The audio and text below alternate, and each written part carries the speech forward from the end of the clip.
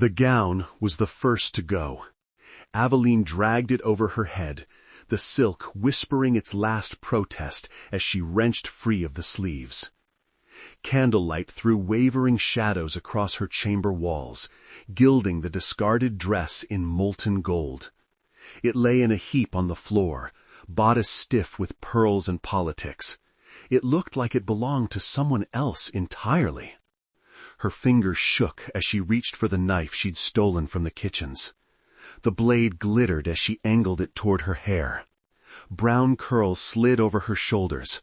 Her father always said they made her look appropriately soft, as if softness were a strategy. She caught her reflection in the glass of the balcony doors, all wide eyes and clenched jaw. "You can still go back," she whispered to herself. Back to the throne room. Back to the smug, measuring gaze of Lord Caspian Vale. Back to the announcement that would turn her into a seal on his claim to the crown. The knife sliced through the first lock. Curls fell in uneven clumps at her feet, each snip a small act of defiance. The air felt colder on the back of her neck. When she finally set the knife down, the girl in the glass was harder, sharper, with ragged hair framing a face smeared with sweat. She pulled on the rough-spun tunic and trousers she'd hidden beneath her bed, the fabric itching against skin that had only known soft linens. The belt buckled too large, she cinched it tighter. The boots, stolen from the stable-hand's rack, felt heavy and unfamiliar. Her heart hammered. Not from fear, or not only fear. From the wild, dizzying sense that for the first time, the next step was hers alone. A soft knock sounded at her door. She froze. "Aveline?" Her maid's voice muffled. "They're lighting the hall torches. The Queen asked if you need more time." Aveline glanced at the gown, collapsed on the floor like a dethroned queen. She swallowed. "I'm taking a moment," she called, pitching her tone higher, hoping the wood dulled the strain. Footsteps paused, then retreated along the corridor. She exhaled sharply. No time to hesitate now.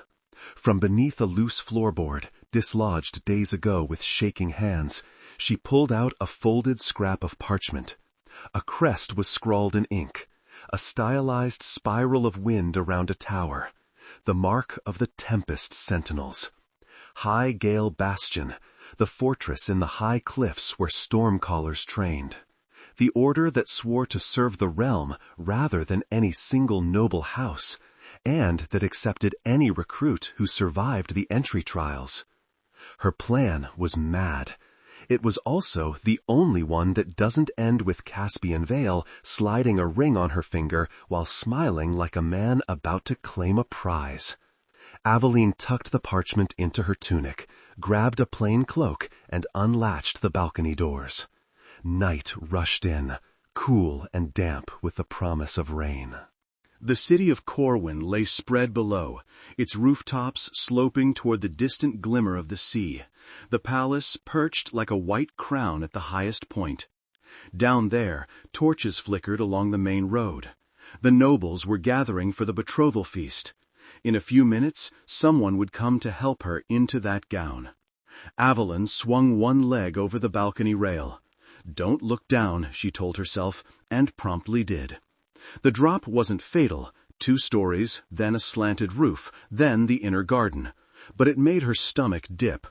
She tested the rope she'd knotted hours before from her bed curtains, tugging until the knots held.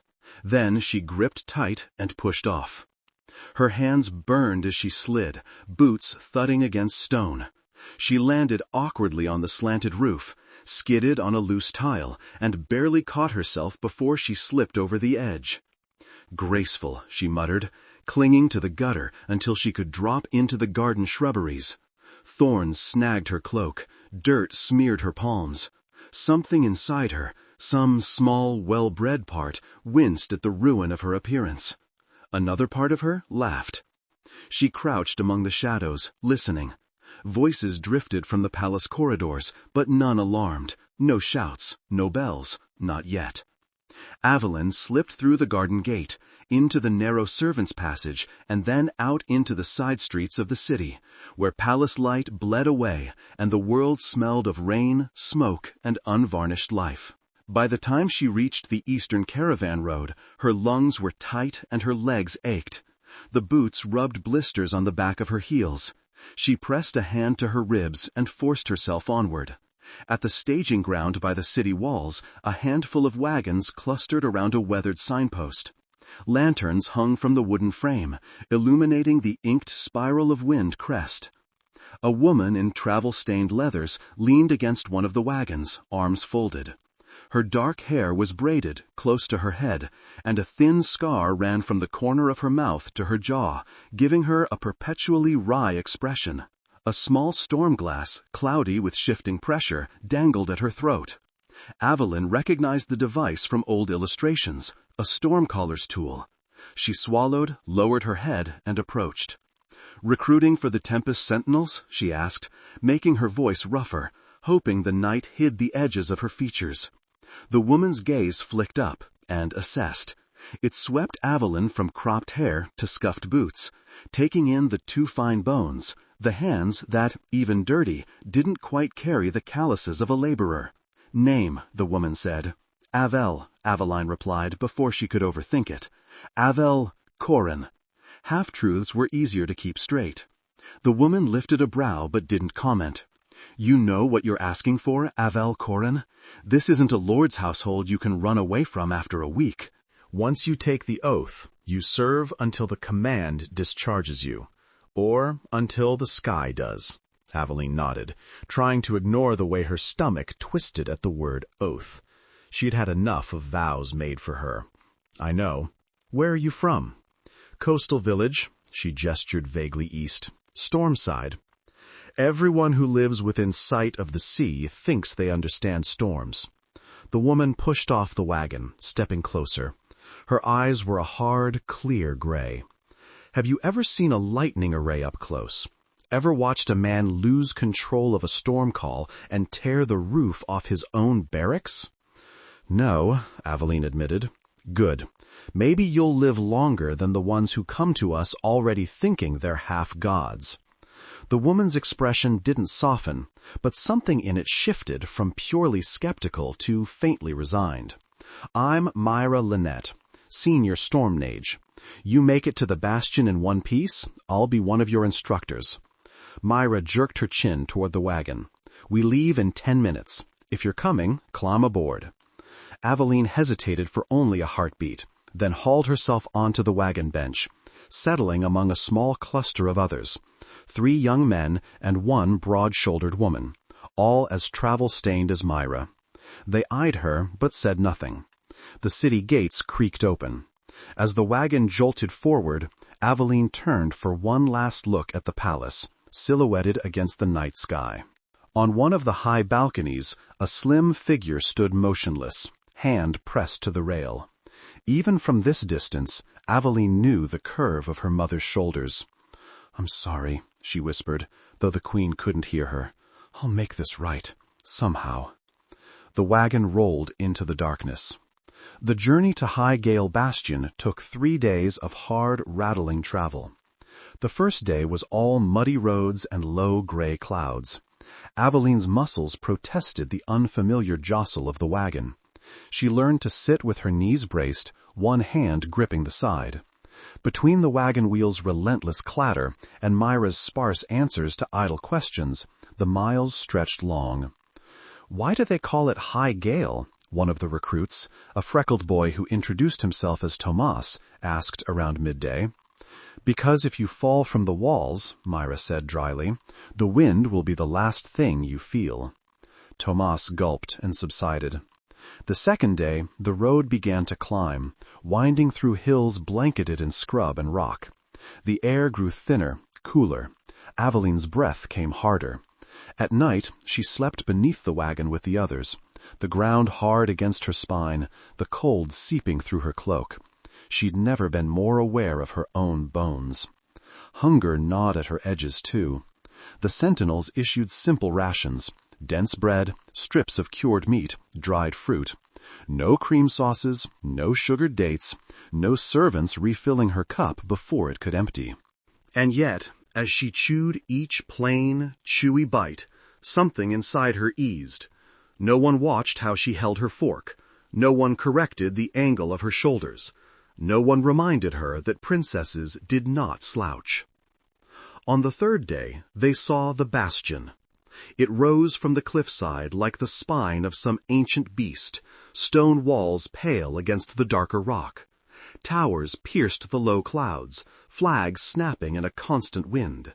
The sound of the sea thundered below, unseen but ever present. Aveline's breath caught.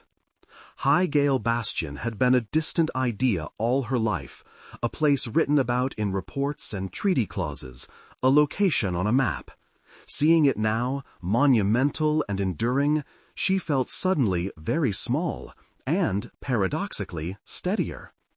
Beside her, Myra watched her reaction with that same cool, assessing gaze. "Still want to turn back?" Myra asked. Aveline's fingers tightened on the wagon's edge. "No."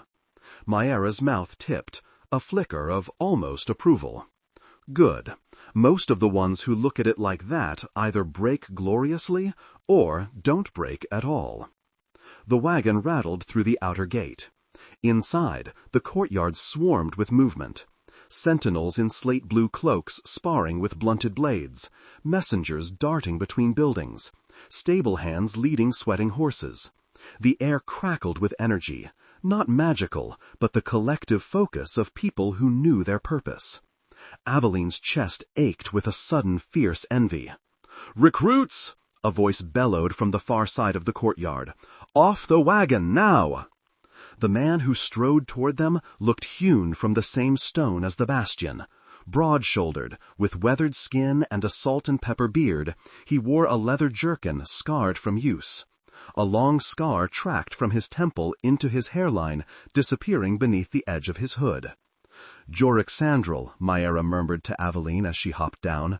"Weapons master. Do what he says and try not to faint. He hates that."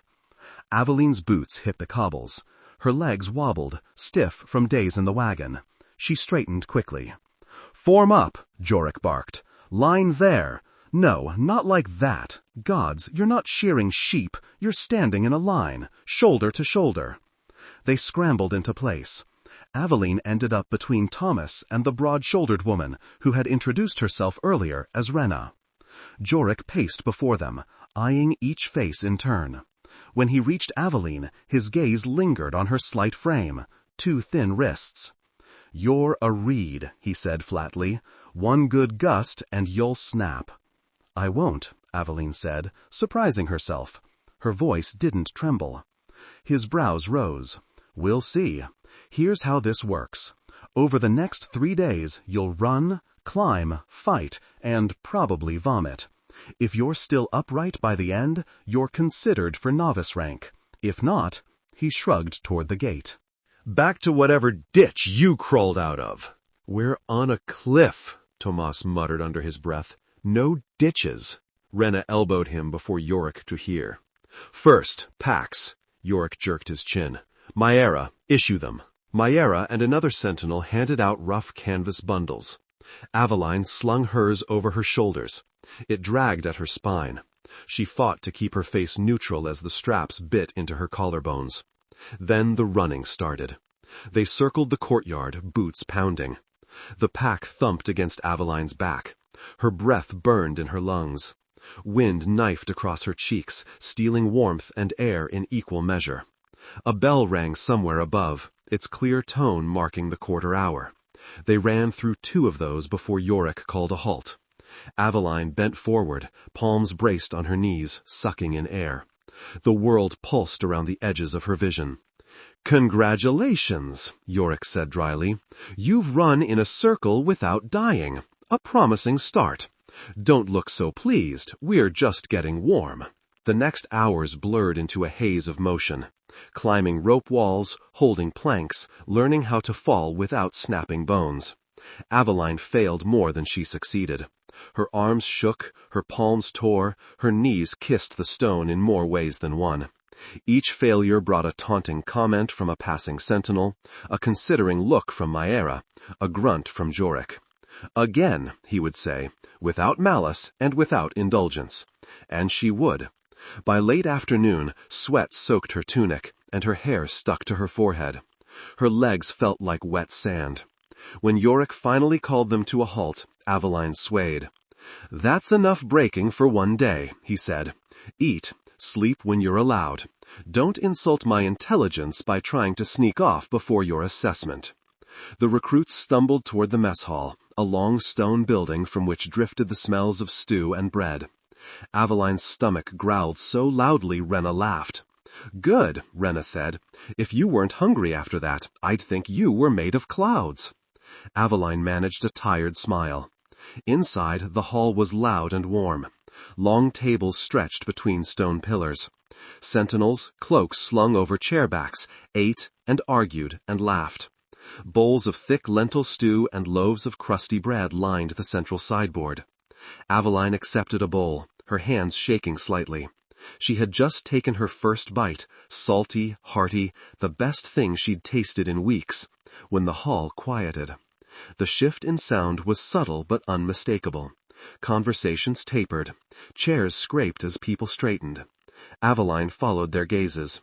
A man had entered from the far end of the hall. He wore the same slate blue as the others, but his cloak bore a silver-threaded spiral emblem at the clasp. His hair was dark, cut close on the sides, longer on top, and pushed back as if perpetually raked by the wind. A faint line creased the skin between his brows, as if he frowned more out of habit than anger. His eyes were storm gray, the color of clouds about to break. He moved with the kind of contained power that made space for itself without needing to demand it. Sentinels dipped their heads as he passed, conversations resuming in a murmur behind him. "General Thale," someone whispered near Aveline, "the Storm General." Her heart gave an inexplicable lurch. She forced her gaze back to her stew.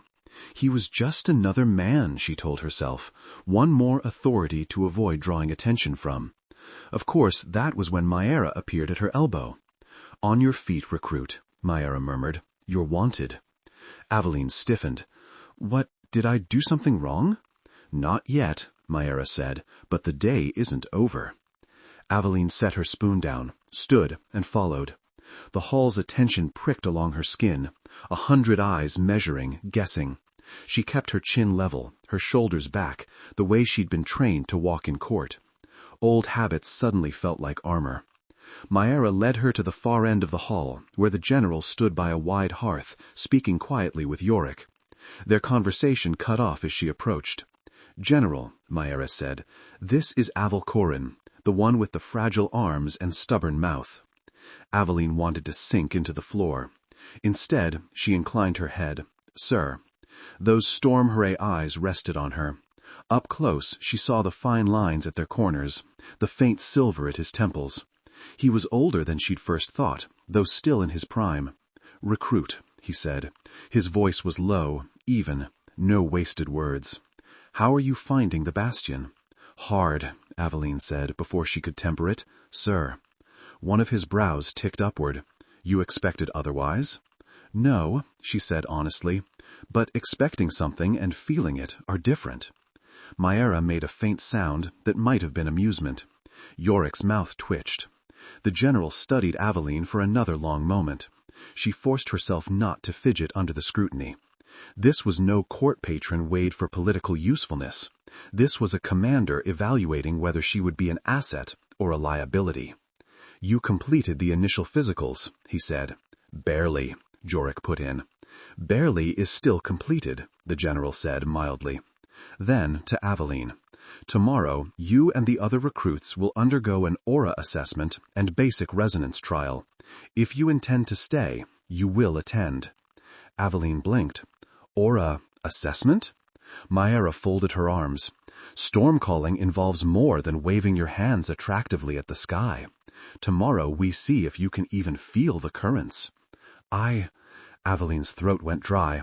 She had known, abstractly, that the Sentinels were storm callers, that they wielded the weather as both shield and weapon. But she had never considered that she might be expected to do the same. "What if I have no resonance?" she asked. "Then you'll serve in a non-casting capacity," the general said. "The bastion needs logisticians, medics, quartermasters. Not all sentinels call storms, but all are bound by the same oath. You came here knowing that, I assume?"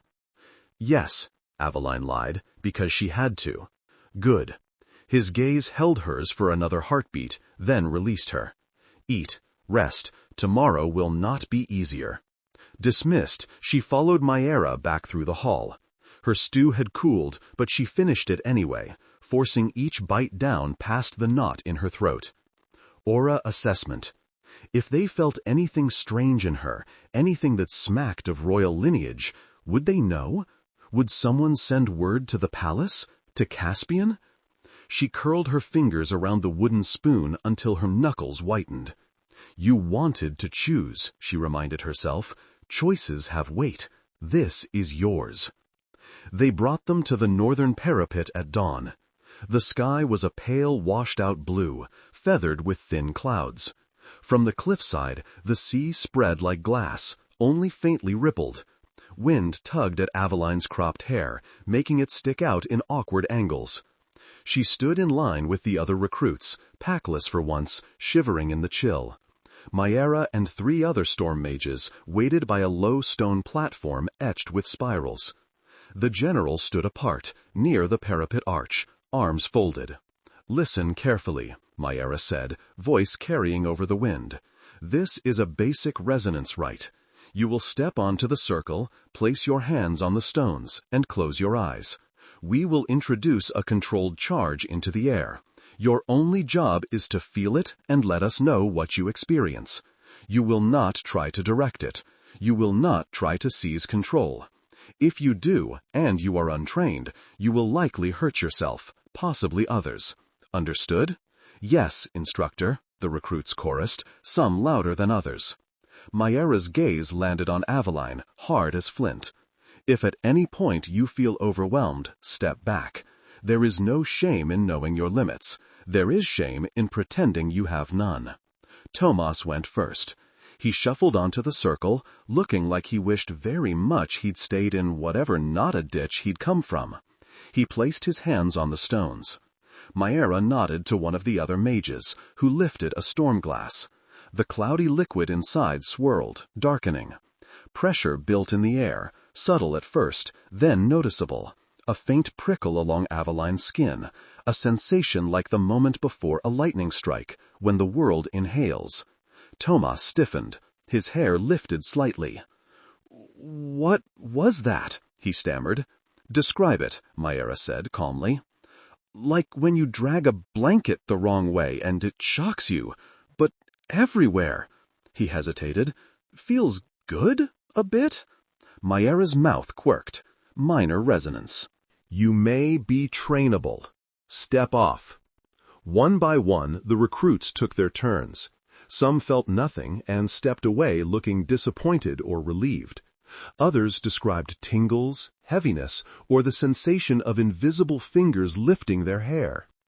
When Rena stepped on, the air leaped, responding to her presence like a loyal hound. The wind gusted, tugging at cloaks and braids. "Ah," one of the mages said, "there's a gale binder if I've ever seen one." Rena's eyes were wide, but she grinned. Then it was Aveline's turn. Her pulse thundered in her ears as she stepped up onto the etched stones. They were cool under her boots, the carved spirals fitting oddly against the soles. "Hands," Maera prompted. Aveline placed her palms on the stone. It was smoother than she expected, warm by countless recruits before her. She could feel faint fissures where water and time had cut through. "Close your eyes," Maera said. Aveline obeyed. The world narrowed to the stone beneath her hands, the wind on her face, the distant roar of the sea. "Begin," Maera said quietly. Someone lifted the storm glass. The shift in the air was immediate. Pressure built, a deep, invisible swell. The hairs on Aveline's arms rose. The breeze that had been playful turned intent, circling her ankles, sliding up her spine. Her heartbeat quickened. She'd stood on balconies during summer storms, watching lightning dance along the horizon, feeling the tremor of power she was never allowed to acknowledge. Once, as a child, she'd reached out a hand when a storm grumbled overhead and a spark had jumped between her fingers and the rail. Her nurse had scolded her for leaning too far and hustled her inside. Now that same electric edge curled along her skin, but stronger, closer. "Tell us what you feel," Maera's voice came, distant and near all at once. Aveline swallowed. "The air is heavier, like before rain, and there's—" The charge spiked. It shot up through her palms, a bolt of sensation, lightning without the pain, yet with all the command. It didn't simply brush against her, it recognized something in her, as if some invisible key had turned in a lock. Her breath hitched. The pressure climbed her arms, wrapped around her heart. Her thoughts scattered into bright shards. The wind rose to a keen. Her hair lifted, sparks dancing at the ends of the uneven strands. The air around her smelled suddenly sharp, metallic, ozone. Somewhere, someone swore. The stone under her hands hummed. "Aveline," Maera's voice cut through the roar, sharper now. "You need to step back." Aveline tried. She meant to, but the pressure held her in place, or perhaps it was the shock of it, the wild sense that something, long dormant, was finally waking. But if she didn't let go, panic surged, tangling with the lightning. A crack of true pain lanced her forearms. Her fingers spasmed. "Enough," another voice snapped. Deeper, commanding. "Cut it." The charge cut off as if someone had slammed a door.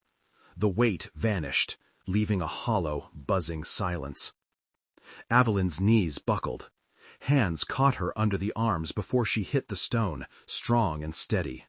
She blinked, vision swimming, and found herself staring into storm-gray eyes. General Ronan Thale's face was closer than it had any right to be. His jaw was set, the crease between his brows pronounced. "Breathe," he said quietly. She realized she was holding her breath and dragged air into her lungs. Her arms burned along the veins, faint red lines tracing where the charge had traveled. "What in the sky was that?" one of the mages muttered. "She nearly pulled the whole array." Maera's expression was more contained, but her eyes were sharp. "She's not just resonant. She's keyed." Aveline's mouth went dry. Keyed to what? Maera looked at her, then at the general. To lineage. That wasn't just ambient resonance. That was an aura responding to a blood mark. Old storm bonding. Very old. Ronan's grip on Aveline's arms tightened almost imperceptibly. His gaze, already intense, sharpened into something cutting. "What is your full name?" he asked, each word precise. The parapet seemed suddenly too narrow, the air too thin. Recruits shifted uncomfortably at the edges of the circle, sensing tension, not understanding its source. Aveline's thoughts raced. She could lie. She could stutter some half-name. But he'd felt what she had, seen the way the lightning, however controlled, had leapt to her like a long-lost friend. And if he learned later that she'd lied? Her heart pounded. The memory of Caspian's cold smile flashed before her eyes, the words he'd spoken in the throne room 2 days ago echoing, "A union between our houses will stabilize Corwyn, for the good of the realm, Your Majesty." The realm. Always the realm. As if she were not part of it, only a tool for its shaping. "My name," she said, voice barely above a whisper that somehow carried in the charged silence, "is Aveline Corwyn." The word hung there between them like a thrown dagger. The mages went still. Maera's eyes widened fractionally. Somewhere down the line, Tomas gasped. Rena swore softly under her breath. "Corwyn," repeated one of the storm mages, "as in—" "The royal line," Maera finished, Princess Aveline Corwyn. Ronan's jaw flexed, a muscle ticking. He did not let go of her arms. "You came here under a false name," he said, voice low but not loud enough to carry beyond their little circle. "You joined my recruits under false pretenses. You risked my people's lives by concealing a factor that could affect every political storm in the realm." Aveline flinched. I didn't think." "No," he cut in, not unkindly, but with the bluntness of a hammer. "You didn't, and now we must." The wind stirred, tugging at his cloak. Aveline felt the urge to step back from him, but his hands held her steady. Not harsh, just unyielding. "Why are you here, Your Highness?" he asked. There was no mockery in the title, only the weight of fact. "And don't tell me it's because you fancied a change of scenery." She swallowed, throat tight. The eyes on her back prickled. The other recruits pretended not to stare. The mages definitely did. She squeezed her eyes shut for a heartbeat, then opened them again. "My father intends to announce my betrothal to Lord Caspian Vale." A shadow passed through Myera's expression. Ronan's face remained unreadable. "Caspian seeks to fasten his claim to the throne through me," Aveline continued, the words tumbling now that they'd started. "He's gathered support among the nobles, enough that refusing him openly would risk civil unrest. So, my father—" her voice cracked. She forced it steadier. "My father means to agree." "And you do not?" Ronan said. "No!" The word tore out of her, fierce and raw. "Caspian doesn't care about the people, or the stability of the realm. He cares about power, about bending others to his will and calling it governance. If I marry him, he gets the throne the moment my father dies, or sooner, if he decides to speed matters along." The parapet wind tasted of salt and iron. "So I left," she finished softly. "I thought, if no one could find me, he couldn't marry me, and he couldn't use my name to claim the crown." Silence stretched. Far below, waves hammered the cliff, relentless and indifferent. "You think he will not still try?" Ronan said at last. "By saying you were taken, kidnapped, corrupted by outside forces?" His gaze flicked to the bastion around them. "By the Sentinels, perhaps?" Aveline's heart stumbled. "You are not the only one who understands how a name can be used," he said. "By running here, you have not removed yourself from the game, Princess. You have placed us squarely in it with you." Guilt surged, hot and suffocating. Of course. She had thought only of escape, not of where she fled to beyond its promise of distance and neutrality. She had seen the bastion as a refuge, not a piece on the board. I didn't mean to endanger you," she said. And yet. Myera's poem was dry, but her eyes were less sharp now, more resigned. Intention does not untangle consequence. Ronan looked past Aveline, over the sea, as if judging the weight of storms to come. The wind tugged at his hair, at the edge of his cloak. Aveline felt faintly, absurdly, that the sky itself paid attention to his thoughts. "You should be returned," he said finally. "By rights. It is not our place to meddle in succession disputes." The words landed like a physical blow. Aveline's world lurched. Returned. To the palace, to Caspian's smile and the ring he had already commissioned, no doubt, to vows spoken with a voice that did not feel like hers. She hadn't realized until this moment how much she had pinned on the bastion, on the brutal training and hard beds, how much it had begun to feel like a path instead of a hiding place. She couldn't go back, not like that, not to be used as a seal and a symbol. She would rather throw herself from these cliffs, let the wind take her, than walk back into that gilded cage. She heard her own voice before she fully formed the thought. "Don't send me back." Ronan's gaze returned to her, steady and unyielding. "You ask me to keep the heir to the throne in defiance of the king's wishes and the expectations of every noble house," he said. On what authority would I do this? For once, she had no ready answer. She had spent her life surrounded by people who wielded authority like a blade, citing it in every breath. She had it, technically, in her blood, and yet it had never felt like hers to use. Now, backed against the edge of the storm circle, she grasped for anything that might convince him. On the authority of what is right, she said, hearing how weak it sounded and saying it anyway. Please. The please was barely audible, but she knew he heard it. His expression flickered, something like reluctance, or perhaps recognition. A man who had clearly said please to the sky more than once and been refused. The king will not accept this quietly, Myra said, voice low. Nor will Vale. No, Ronan agreed. He let go of Aveline's arms, stepping back. The loss of his touch felt abrupt, the balance she'd unconsciously taken from his grip suddenly gone. She swayed, caught herself. Clear the parapet, he told the other mages. I need to speak with the princess alone. The rest of you, he raised his voice slightly, carrying it to the recruits who were pretending not to listen, back to the yard. Jorik will see that you're properly occupied. Jorik grunted, already planning their next misery, General. The recruits shuffled away, propelled by his looming presence and the undercurrent of tension. Myra lingered a moment longer, eyes flicking between Ronan and Aveline, then inclined her head and followed. Within moments, the parapet was empty, save for Aveline and the Storm General.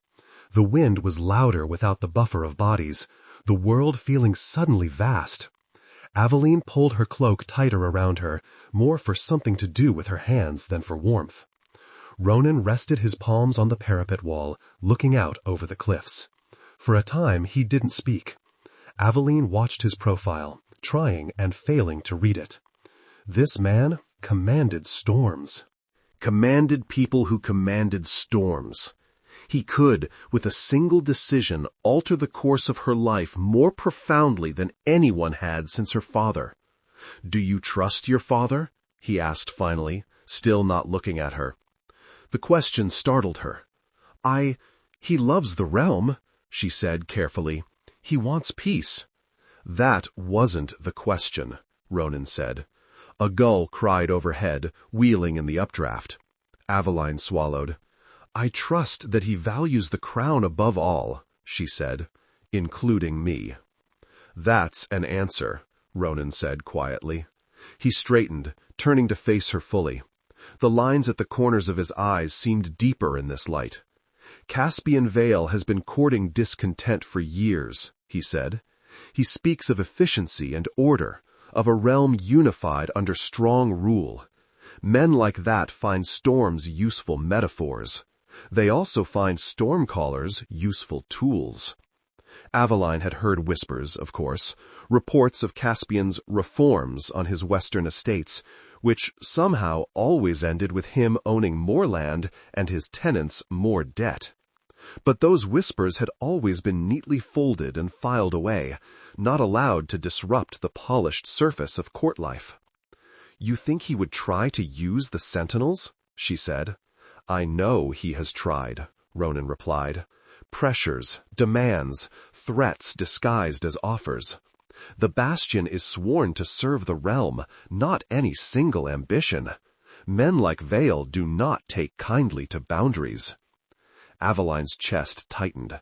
She had feared that Caspian would use her name, her image, her womb. It hadn't occurred to her that he might also try to put reins on the storms themselves. "If you marry him," Ronan said, "his claim to the throne will be all but incontestable. The king falling ill or suffering an unfortunate accident would be a tragedy, but a convenient one. And once he sits the crown, he can change laws as he likes, including those that keep the Sentinels neutral."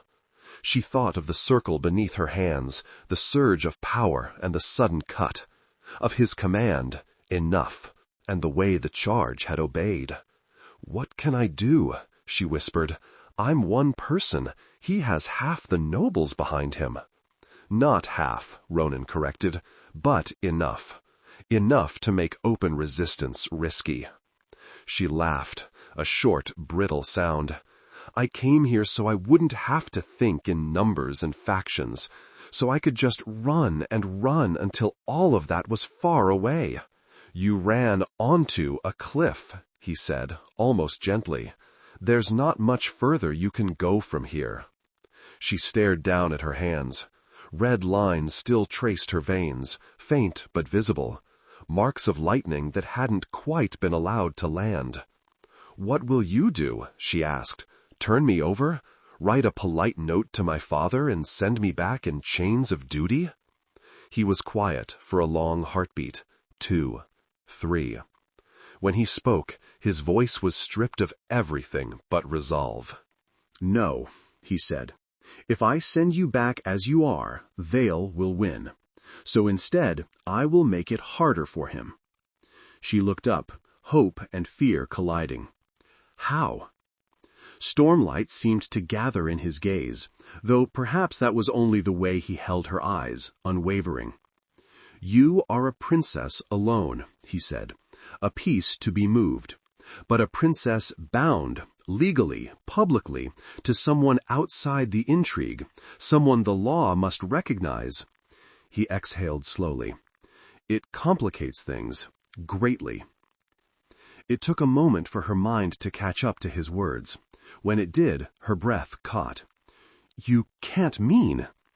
A royal marriage, once sealed, is not easily undone, Ronan said, especially one contracted under the realm's emergency provisions. As commander of the Tempest Sentinels, I hold certain rights in times of imminent civil threat. If I invoke them, if we marry, Thale's claim through you becomes far less clean. Any move he makes against you becomes a move against the Sentinels as well. She stared at him, the parapet suddenly tilting under her feet. You're suggesting, she said slowly, that I marry you? To avert a coup? The words sounded absurd, spoken aloud. Not whispered behind tapestries, not woven into careful political gossip, but present and unavoidable. Yes, he did not flinch from the absurdity. That is precisely what I am suggesting. Her heart hammered. A different man might have looked at her like a prize, a stepping stone to power. Ronan's expression held none of that. If anything, he looked as if he were offering to put his hand into a fire. You don't even like me, she said, because that was easier than addressing the storm of emotions churning in her. Something like amusement ghosted across his features. I don't know you, he corrected. I know you lied to get in, you work harder than your frame suggests it should bear, and the sky likes you far too much for my peace of mind. Liking seems premature. She made a strangled noise that might have been a laugh. He went on, tone steady. This would not be a romance, princess, he said. Not at first. It would be a contract, a shield. I will not touch you without your consent. I will not demand more than you can give. But I can give you time, space, a barrier between you and a man who wishes to claim you as a means to an end. In return, I gain the legal authority to keep the Sentinels from being dragged into his schemes, to protect my people with more than oaths and stubbornness. The wind gusted, whipping at her cloak. Her thoughts chased one another, frantic and disordered. Marry him? Marry a storm general she barely knew, instead of the polished viper waiting at the palace. Bind herself to a man whose life was battle and neutral duty, whose eyes held the weight of too many storms weathered? She thought of Caspian's hand on the back of her chair, heavy and possessive. Of her father looking past her as he discussed the betrothal like a transaction. Of her mother's silence, brittle with the knowledge that her protests would be overridden. Would my father agree? She asked, voice thin. Would the law even recognize it? The law will if I invoke the emergency provisions, Ronan said. Your father will rage, Thale will scheme, but neither can undo what is done without tearing at the very fabric of the treaties that hold this realm together. There are limits even to ambition when the cost is open war. And you're willing to tie yourself to that? She asked. To me? His gaze didn't waver. I swore to protect this kingdom from threats within and without, he said. If marrying you is the path that best serves that vow, then yes, I am willing. No one had ever offered to tie themselves to her for her sake, not truly, not without a ledger of gains and losses in mind. Even the princes she'd been paraded before at foreign courts had looked at her with calculation, measuring dowries and alliances. Ronan measured the storm. You'd be binding yourself to someone who ran from her duty, she said, raw. Someone who refused to be used as a weapon against her own people, he countered. I've seen worse reasons to run. She exhaled, a shaky half-laugh. The edge of the parapet dug into her palms. Somewhere below, the sea crashed and crashed and crashed, uncaring of the dramas unfolding above it. This is madness, she said. Undoubtedly, he agreed. She looked at him for a long time, searching his face for any hint of duplicity, of hunger for the power this marriage would hand him. She found caution, weariness, determination, and under it all, a flicker of something she could not yet name. We would be strangers, she whispered. We would be allies, he replied, and perhaps, in time, more than that. But for now, Princess, I am offering you a choice where you had none. It is not an easy choice, but it is still yours. The words settled over her like a cloak, heavy and strangely comforting. A choice, a cost she could decide to pay or refuse. She thought of herself in the mirror, cutting her hair, of the gown on the floor, of the way the lightning had leapt to her hands, as if glad to finally find her. Very well, she said, voice trembling but clear. If this is what it takes him, I'll do it. I'll marry you. Something flickered in his gaze. Relief, perhaps, or a deep breath taken before walking into a storm. He inclined his head, not like a commander accepting a subordinate's report, but like a man acknowledging another's courage. Then we have much to arrange, he said, quickly, before the sky and the court alike realize just how much we mean to change. They did not announce it with trumpets. There were no banners or flower-strewn aisles, no nobles in jeweled collars murmuring behind fans. The marriage of Princess Aveline Corwyn and General Ronan Thale was written in ink so cramped on the Bastion ledger it looked like a clerk had tried to pretend it wasn't there. Maera stood as their witness, arms folded, expression wry and sharp enough to slice parchment. Jorik was the second, brought in at the last moment when Ronan insisted on 2 impartial sentinels. In case anyone accuses us of coercion, he said dryly. In case, Maera murmured. They gathered in a small stone chamber off the Bastion chapel, its only decoration a simple iron spiral mounted on the wall. An old storm glass sat on a narrow shelf, clouded but steady, as if the very air were holding its breath. Aveline smoothed her borrowed tunic, fingers trembling. Someone, Maera probably, had found her a cleaner version of the rough-spun uniform and a fresh pair of boots. Her hair was the same hacked mess, too short to braid, the lines of lightning fading along her arms. This feels wrong, she whispered. Not the marriage. The words still felt strange on her tongue, but she didn't pull them back. Just like we're sneaking something past the world. Ronan glanced at her. His cloak was clasped with the silver sentinel spiral, his clothes meticulous even in their plainness. For once he'd left his sword on the wall. The world will notice soon enough, he said. Enjoy the quiet while you can. The quiet felt like a held breath. Maera stepped forward, parchment in hand. Under emergency provisions of the Coronial Accord, she read, the Tempest Sentinels may enter into binding alliances with the Crown in times of imminent civil threat, including but not limited to. She skimmed ahead, lips moving. Ah, here. Marital unions conferring mutual protection and authority, provided all parties consent willingly. Her gaze lifted, pinning Aveline first. Do you? Aveline swallowed. She thought of Caspian's ring, of her father's signature already half promised, of a future where she was a vessel, not a person. "Yes," she said. Her voice did not crack. That felt like a victory. Maera's eyes shifted to Ronan. "Do you?" "Yes," he said without hesitation. Maera rolled the parchment.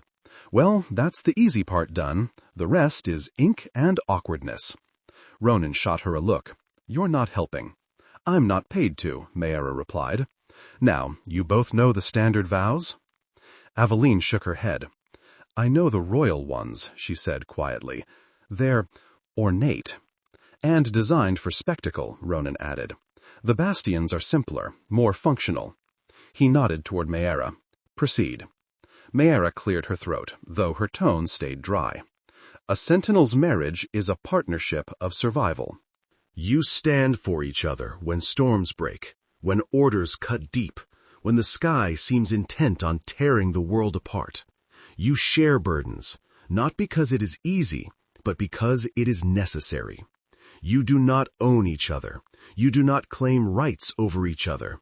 You choose, each day, to stand on the same side of the line." Aveline's chest tightened. There was no mention of obedience, no talk of heirs or dowries, just weathering things together. Maera handed Ronan a thin band of tempered steel, plain but well-crafted. It glinted dully to the room's light. "We exchange rings not for show," Maera said, "but so that if you are recovered from a storm as unrecognizable pieces, we know who to mourn." "Maera," Ronan said, pained. "What? It's true," she sighed. "Fine. You've both chosen to be here. Say what you like. No poetry. We're short on time." Ronan turned to Aveline fully. His eyes, so often distant or focused on some distant battle, were very present now. He took her hand, rough fingers surprisingly careful as they cupped her palm. "Aveline Corwyn," he said, using her full name deliberately, as if anchoring it in this small room. "You are not a shield for my ambitions. I will not treat you as a tool, a pawn, or a symbol. I will stand between you and threats I can see, and beside you against those I cannot. If ever you wish to leave this union, I will not hold you by force. But while it exists, I will honor it. And you." Her throat burned. She had expected formality, duty. Instead, his words were spare and strangely gentle. She forced her fingers to wrap around the ring Maera placed in her palm. Her hand shook so badly she nearly dropped it. "Ronan Thale," she began, nearly stumbling over the name. The syllables grounded her. "I don't have the right words for what I'm asking of you. I know that by marrying me, you're taking on the crown's enemies and expectations both. I can't promise I'll never falter. But I do promise I will not run from what we choose here. I will stand beside you against those who would use either of us. I won't treat you as a ladder to climb in court, or as a wall to hide behind." She drew in a breath, steadied it. "If I can make your burdens lighter, I will." His expression shifted at that, something complex moving through it. Surprise, perhaps, or an old ache she'd accidentally brushed. "Very well," Maera said briskly, because the air had grown too thick even for her. "General, ring." Ronan slipped the steel band onto her finger. It was heavier than any jewel she'd worn. Not literally. Royal jewelry had weight enough to drag her hand down. But in the way it sat there, a quiet, constant reminder that her choices had consequences now beyond herself. "Aveline," Maera prompted. Her own hands were unadorned. He did not wear a ring, no marker of past vows. She slid the second band onto his hand, fingers grazing calloused skin. His hand was warm. He did not flinch. Maera unrolled the parchment one last time, scrawled something at the bottom, and then looked up. "By the authority vested in me by absolutely no one important," she said dryly, "and by the laws of this miserable, storm-prone realm, I witness this union.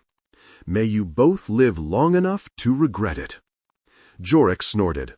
That's as close to a blessing as she gives. He stepped forward, clapped Ronan on the shoulder with a smack that would have staggered a lesser man, then nodded at Aveline with surprising gravity. "Welcome to the Bastion family, girl," he said. "Unfortunate bunch that we are." Aveline let out a breath that was half nervous laughter, half relief. The tightness in her chest loosened, just a fraction. Ronan turned toward her again, as if uncertain what came next. For a heartbeat, they simply stood there. Two people who had upended the political balance of a kingdom in a room smaller than her childhood dressing chamber. "In some places," she said, because the silence pressed on her, "there is a kiss." His jaw flexed. "Do you wish that?" he asked quietly. There was no teasing in it, only careful respect. She thought of Caspian's gaze on her mouth in the throne room, proprietary and assessing. The idea of his lips anywhere near her had made her stomach twist. Ronan's eyes held no such calculation, only a question. "Not yet," she said, surprised to hear herself so certain. "Then, not yet," he agreed easily. No hint of wounded pride, no insistence, just the simple acceptance of a boundary. Something in her unclenched. Maera ushered them out before the moment could grow any more fragile.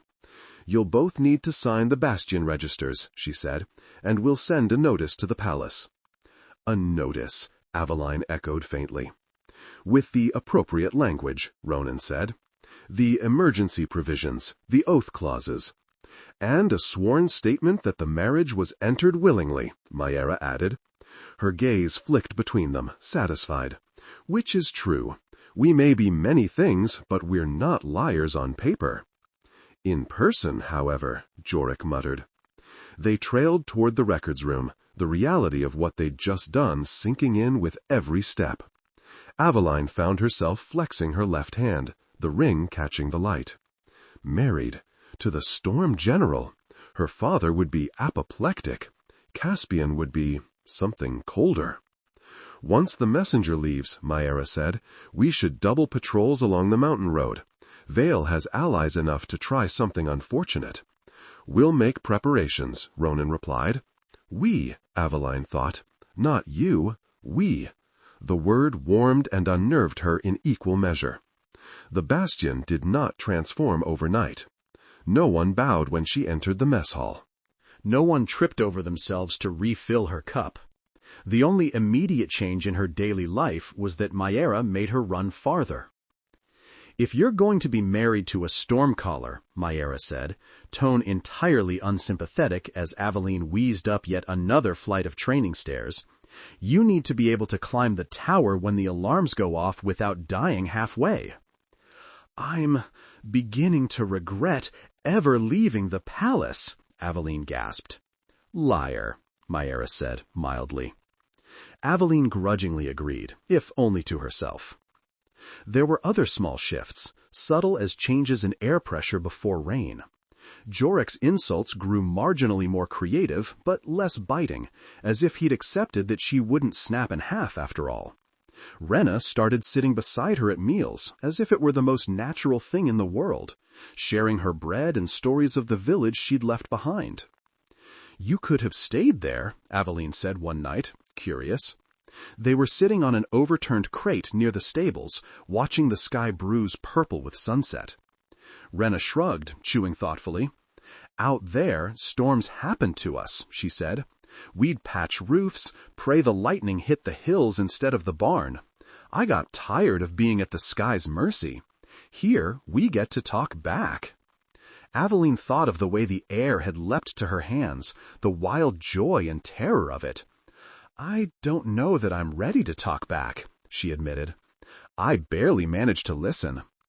"Everyone starts there," Rena said, "including the general." That seemed improbable. Ronan moved through the Bastion like a man born with lightning in his bones. The idea that he might once have been a scared, unsteady recruit like Tomas was disorienting. "You're thinking too much again," Rena said, nudging her shoulder. "You get a look when you do, like you're negotiating with ghosts." Habit, Aveline said softly. She tried to let the habits go, one by one. She learned to sit with her elbows on the table without hearing a governess's hiss in her ear. She stopped apologizing every time she took more bread. She laughed without checking first to see who was listening. Not everything was easy. The first time she held a practice sword, it nearly yanked her arm off. "It's heavier than I expected," she admitted, as Jorik corrected her grip for the fourth time. "It's a sword, not a fan," Jorik said. "It's supposed to be heavy." Again. She swung. The blade wobbled. Her wrists burned. "Stop trying to move it with your arms," Jorik barked. "Use your shoulders, your back. You keep your center here." He tapped her sternum with one thick finger. "Not up there." He poked her forehead. "That's for thinking. Not all things can be solved with thinking." She'd been told the opposite all her life. "Think, Aveline. Be agreeable, Aveline." "Consider the ramifications before you speak, Aveline."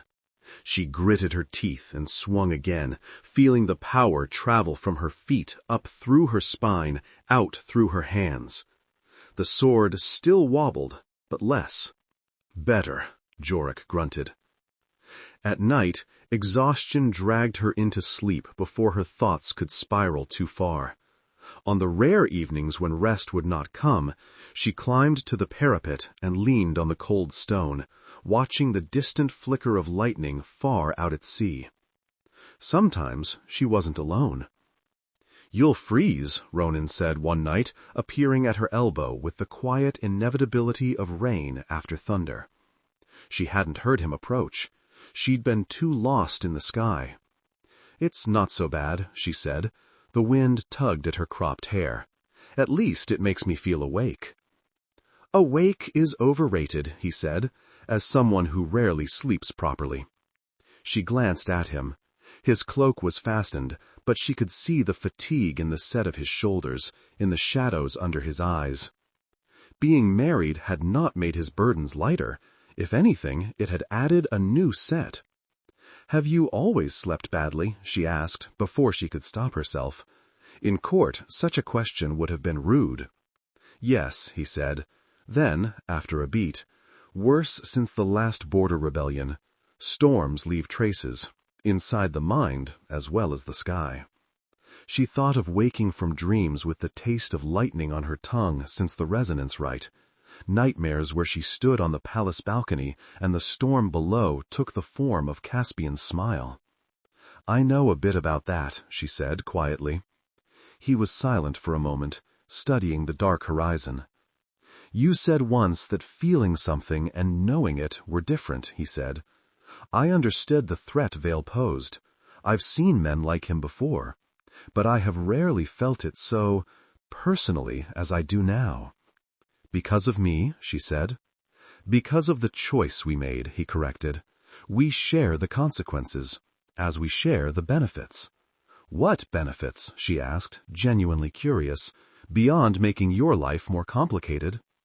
His mouth curved, just barely.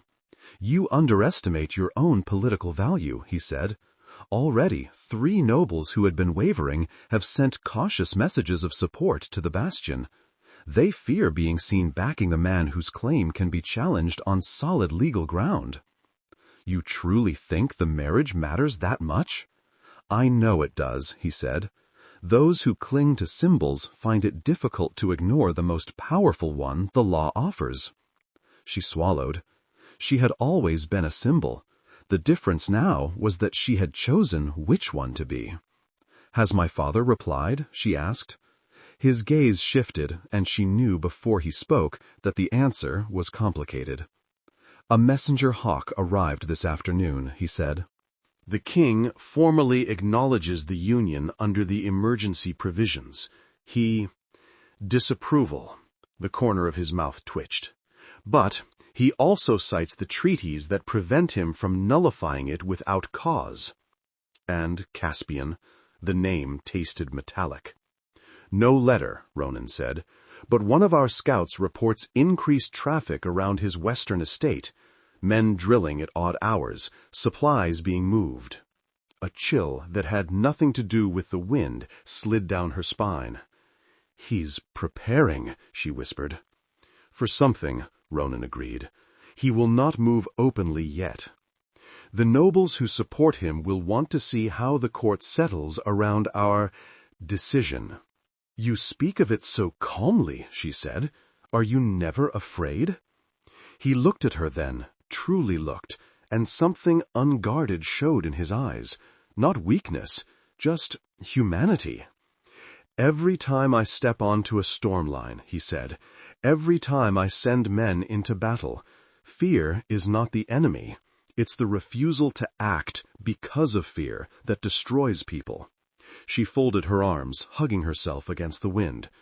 "I left the palace because I was afraid," she said. "Does that count as refusal?" "No," he said, and his tone left no room for doubt. "Leaving a cage is not refusal. It is the beginning of something else." "What if I fail at this something else?" she asked. "At being whatever it is the Bastion expects, what you expect?" His mouth softened. That, she realized, was what his face looked like when the constant tension eased by a degree. "The Bastion expects you to train, to listen, to endure, and to stand when it matters.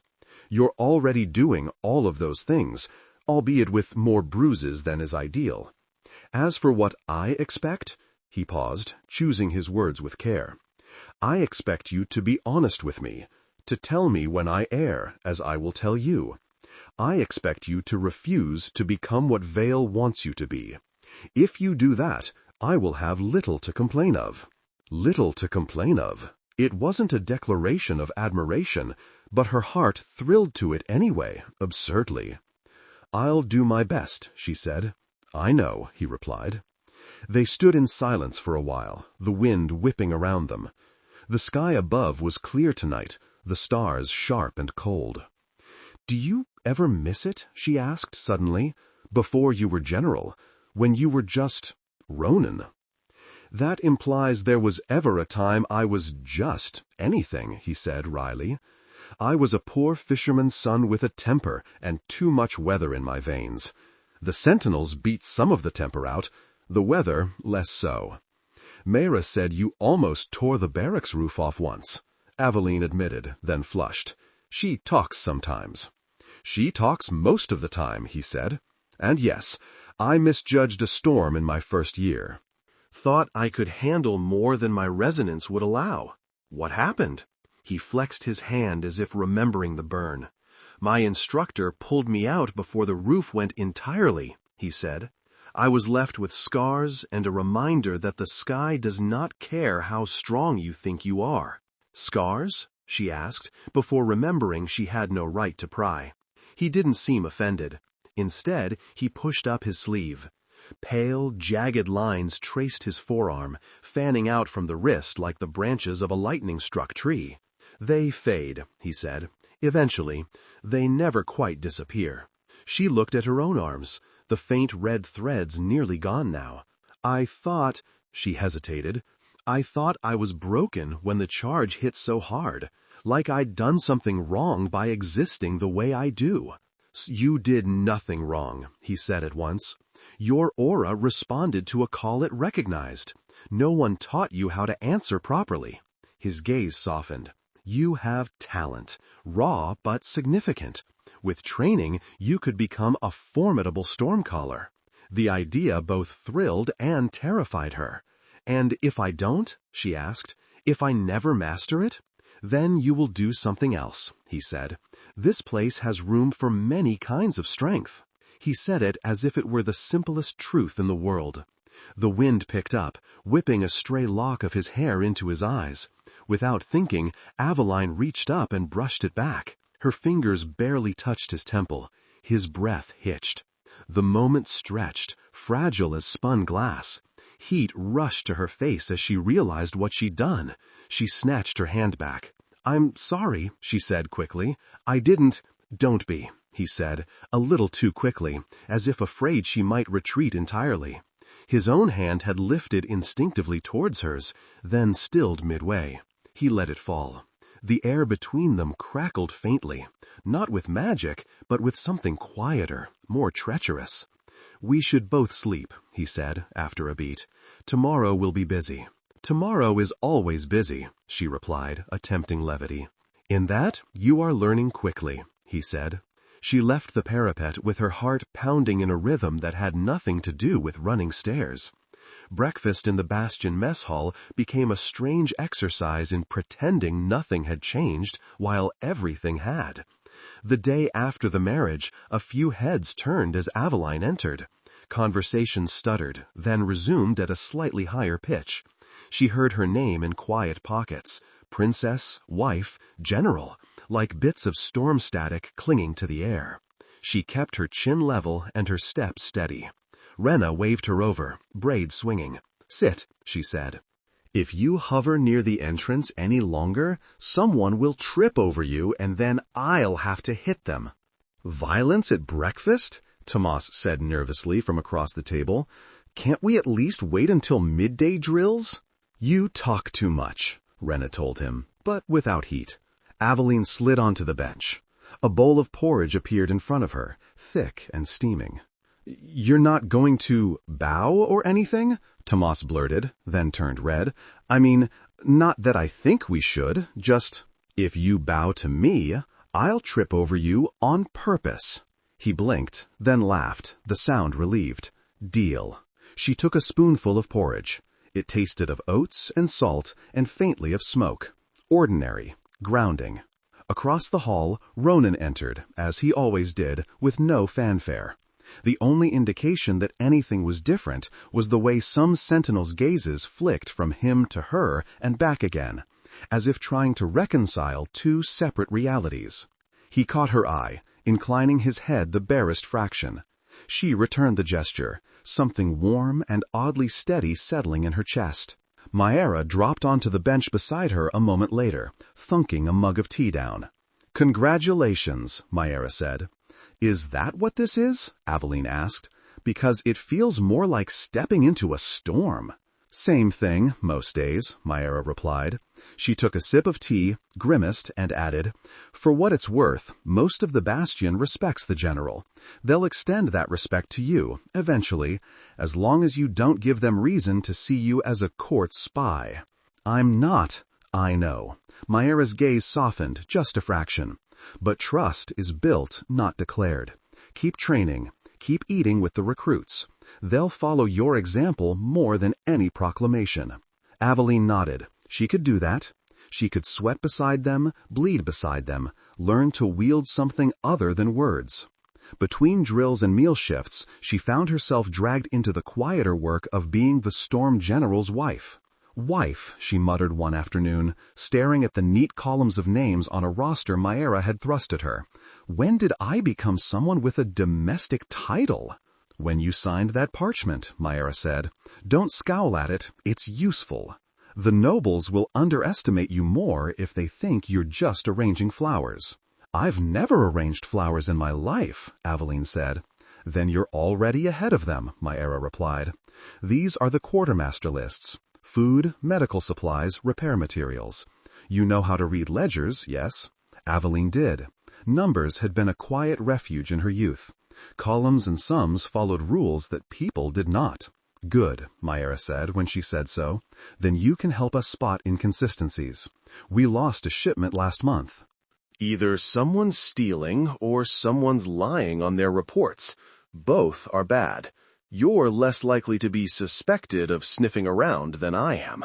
"You want me to audit?" Aveline asked, incredulous. "You wanted to be useful?" Maera shrugged. "Welcome to usefulness. It's rarely glamorous." So Aveline spent evenings poring over figures, comparing caravan manifests with Bastion storeroom tallies. It was painstaking work, but oddly satisfying. It grounded her in a different way than physical training, gave her a sense of seeing the bones beneath the Bastion's stone skin. "Here," she said one night, jabbing a finger at a column while Ronan looked over her shoulder. "This can't be right. The Western Granary lists 3 shipments of grain, but the caravan manifests only record 2 arrivals. Either someone miscounted, or a wagon went missing. Ronan's brow furrowed. The western road runs close to Vale's holdings, he said. A chill slid down her spine. You think he's intercepting supplies? He wouldn't risk open theft yet, Ronan said, but he could be pressuring local way stations, encouraging delays, substitutions. He tapped the page. We'll send someone to check the granary, quietly. He looked almost impressed. You see patterns, he said. I see numbers, she replied, oddly pleased. Numbers don't lie, unless someone forces them to. Then we must ensure ours speak clearly, he said. Good work, Aveline. The sound of her name in his mouth did things to her pulse she was not prepared to examine. The first clear sabotage attempt came 2 weeks after the marriage. The morning was cloaked in low fog, the kind that made the bastion feel like it floated above a sea of cloud. Aveline and the other recruits were running drills in the yard, breath puffing white, boots thudding. Jorak had just ordered them into formation when a shout came from the eastern wall. Gate, someone yelled. The east gate's latch is jammed. Jorak swore. Maera! On it, Maera said, already sprinting. The east gate was rarely used. It opened onto a narrow mule path that wound treacherously down the cliffside. It was kept barred most days, more symbolic than practical. If the latch had jammed, that meant either rust, unlikely, given Jorak's obsession with maintenance, or deliberate tampering. Aveline hesitated only a moment, then followed. Her lungs burned from the run, but adrenaline drove her legs. When they reached the gate tower, a small knot of sentinels had already gathered. One of them, a lanky man with a bandaged hand, was cursing softly as he wrestled with the heavy latch wheel. It won't budge, he grunted. Feels like it's been fused. Maera pressed her palm to the metal, closed her eyes. A faint shimmer of heat radiated from under her skin, dissipating quickly. Not rust, she said. Someone heated the mechanism and let it cool in place. Crude. Effective. How? Aveline asked. We'd have noticed if someone brought a forge up here. Not with fire, Maera said slowly. She held her storm glass up. The cloudy fluid inside swirled, darkening in small, jagged pulses. Someone used charge.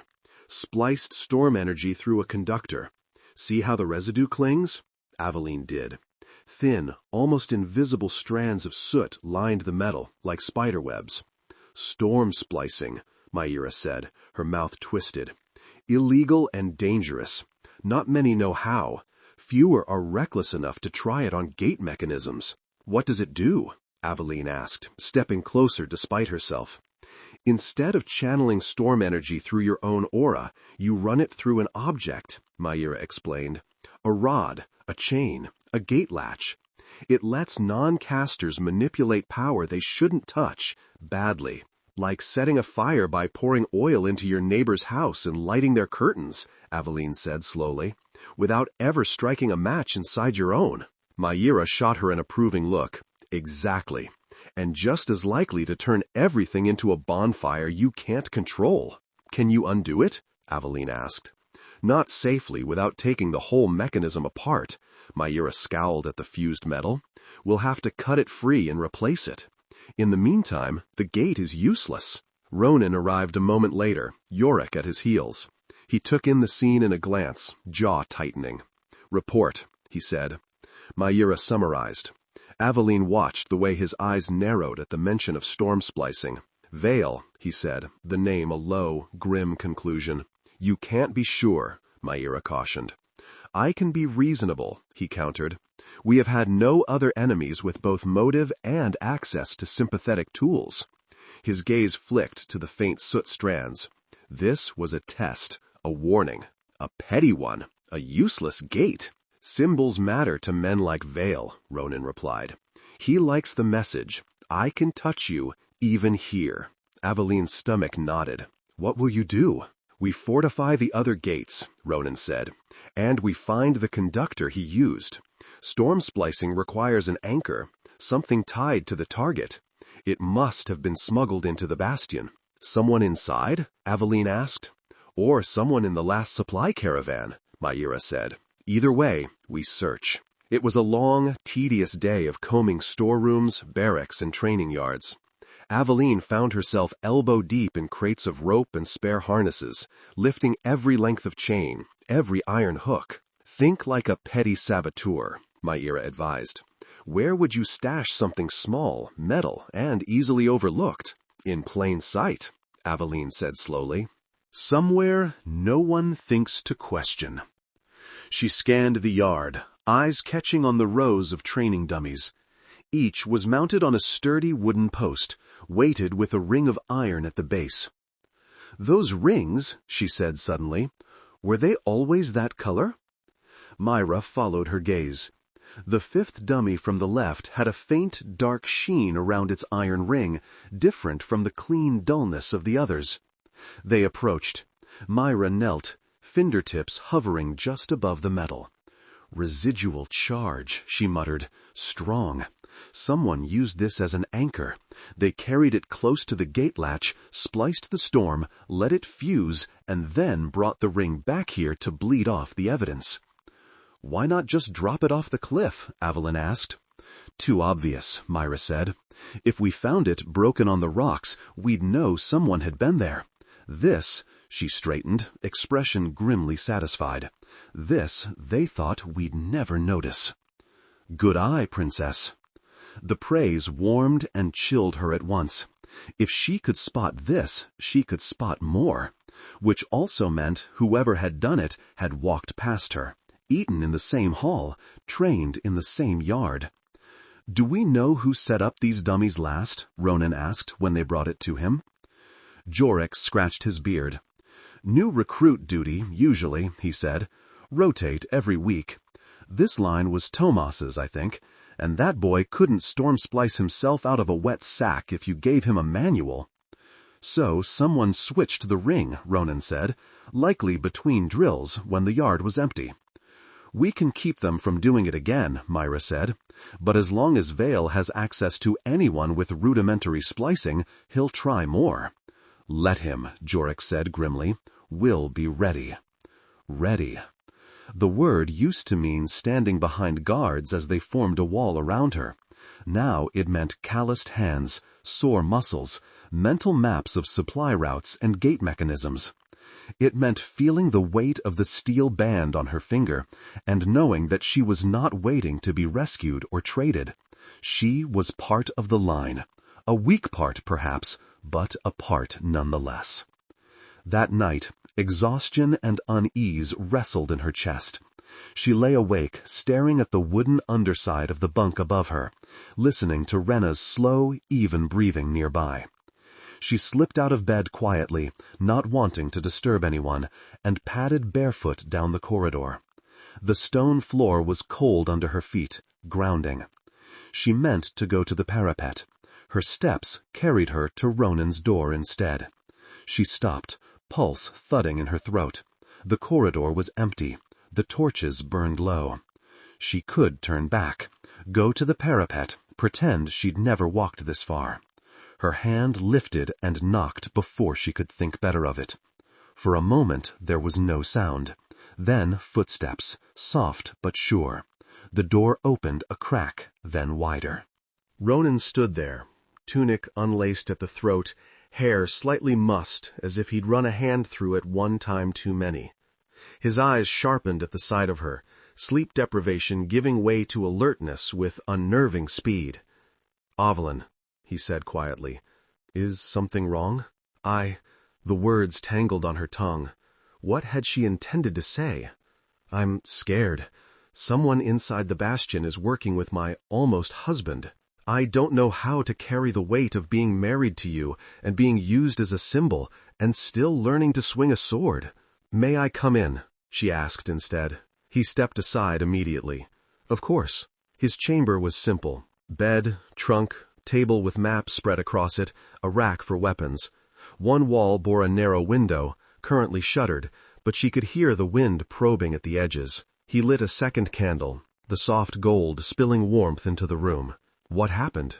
he asked, closing the door with a soft click. "Nothing," she said, then forced herself to be honest. Or rather, nothing at this exact moment. I just couldn't sleep. His shoulders eased a fraction. The sabotage unsettled you. Yes, she swallowed. Someone here is working with him. They touch the same things we touch. The thought of it makes my skin crawl. Trust broken from within always does, he said. He gestured to the chair by the table. Sit. She obeyed, pulling her legs up under her, folding her hands in her lap. He remained standing for a moment, as if gauging the distance between them, then leaned against the edge of the table, close enough that she could see the faint stubble along his jaw. You did well today, he said, finding the ring. You see things others miss. It doesn't feel like enough, she admitted. I keep thinking, what if I'd noticed earlier, before they fused the gate, before they proved they could reach us? You cannot police every ring and latch in the bastion, he said. Nor is it your duty to carry every failure on your shoulders. That is my curse, not yours. That seems unfair, she said, surprising herself into a small smile. I didn't say it was wise, he replied, merely accurate. Silence settled between them, but it was not the suffocating kind. The candle flickered, casting shadows over the maps. One showed the realm, the borders inked in careful lines. Another focused on the mountain range, with Highgale Bastion marked by a small spiral, and Caspian's estate circled in darker ink. Do you ever think, she said slowly, that we were foolish to do this? He did not need to ask what this meant. Frequently, he said. And then I remember the alternative. Her mind conjured the image easily. A wedding at court, Caspian's hand on hers, her name written in ink as binding as the bands they now wore. A bastion, conscripted to fight in his wars, storms bent to his will. She shuddered. He watched the shiver run through her, his expression shifting. You are safe here, he said quietly. Am I? She asked. Caspian is reaching into the bastion already. The nobles will question my marriage. My father is, at best, displeased. I don't know what safe looks like anymore. He considered that, then nodded slowly. Then let me rephrase, he said.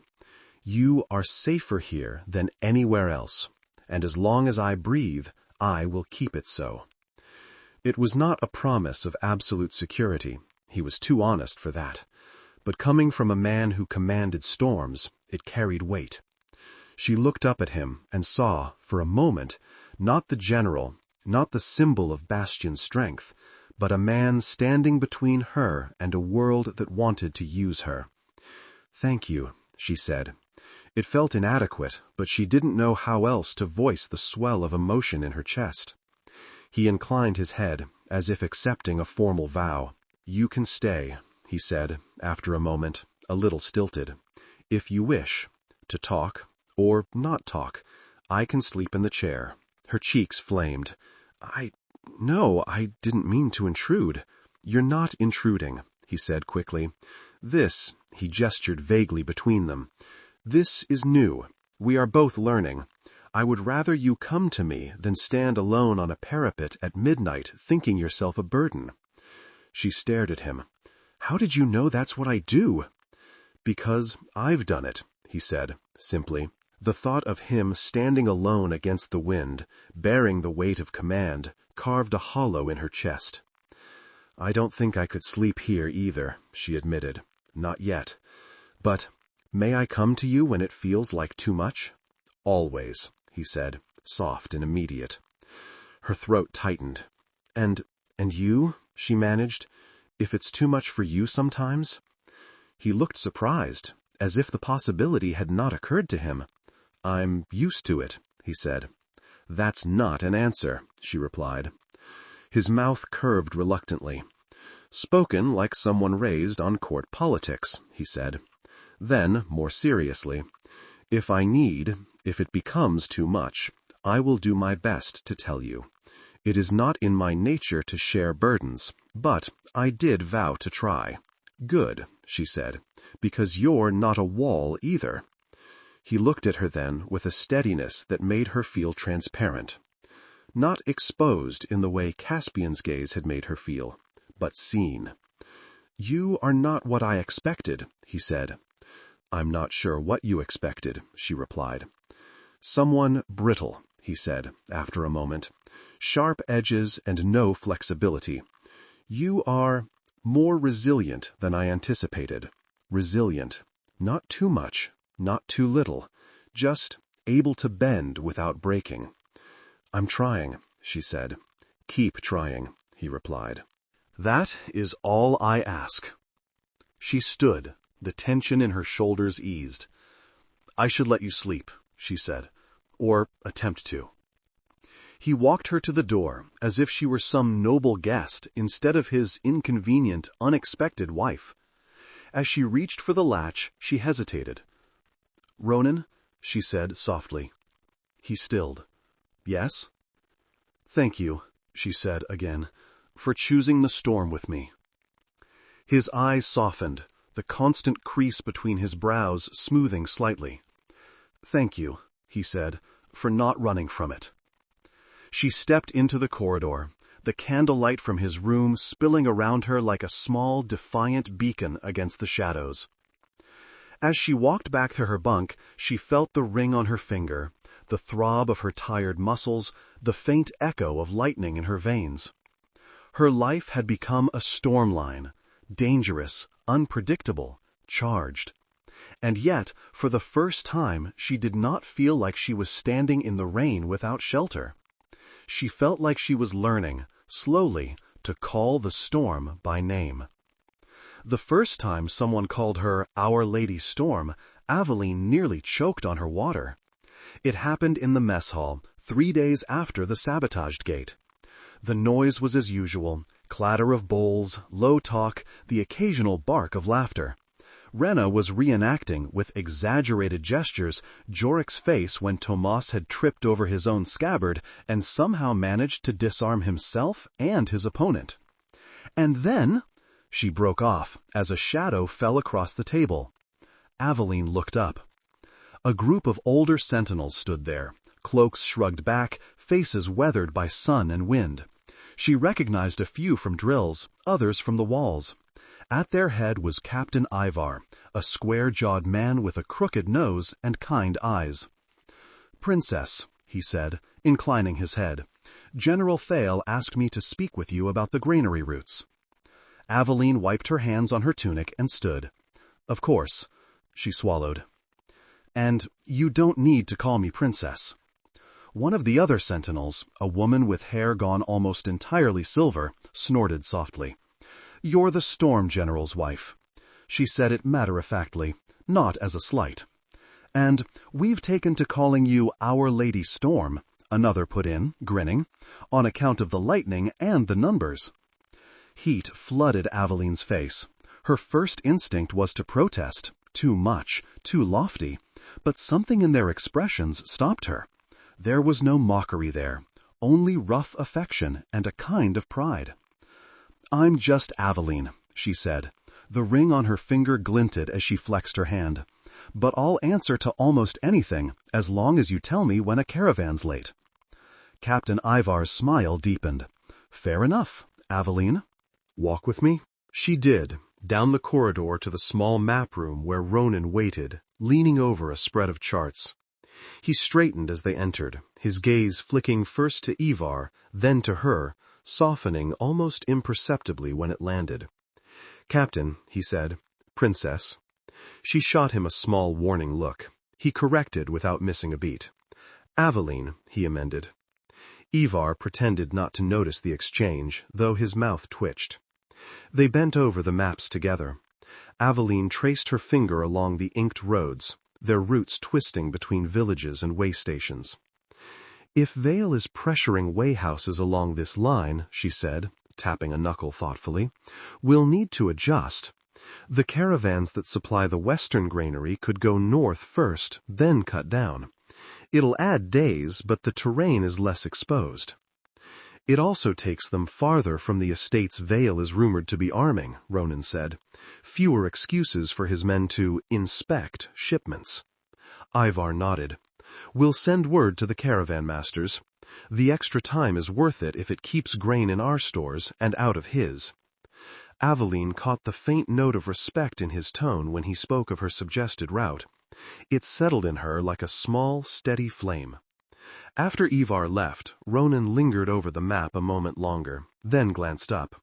"Well done," he said, simply. She found herself ducking her head, absurdly pleased. "It's just lines on paper," she said. "Other people do the actual hard part." "Lines on paper decide where people bleed," he replied. "You drew them well." Her throat tightened. "You're too free with praise," she deflected. "I am told the opposite," he said, dryly.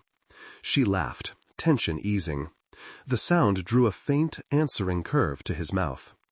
"You're becoming part of this place," he said, after a moment, the words slow, considered. "They're seeing you as one of us." It shouldn't have mattered as much as it did. She'd grown up surrounded by courtiers who fawned over her titles, her dresses, her proximity to the throne. Their approval had left her cold.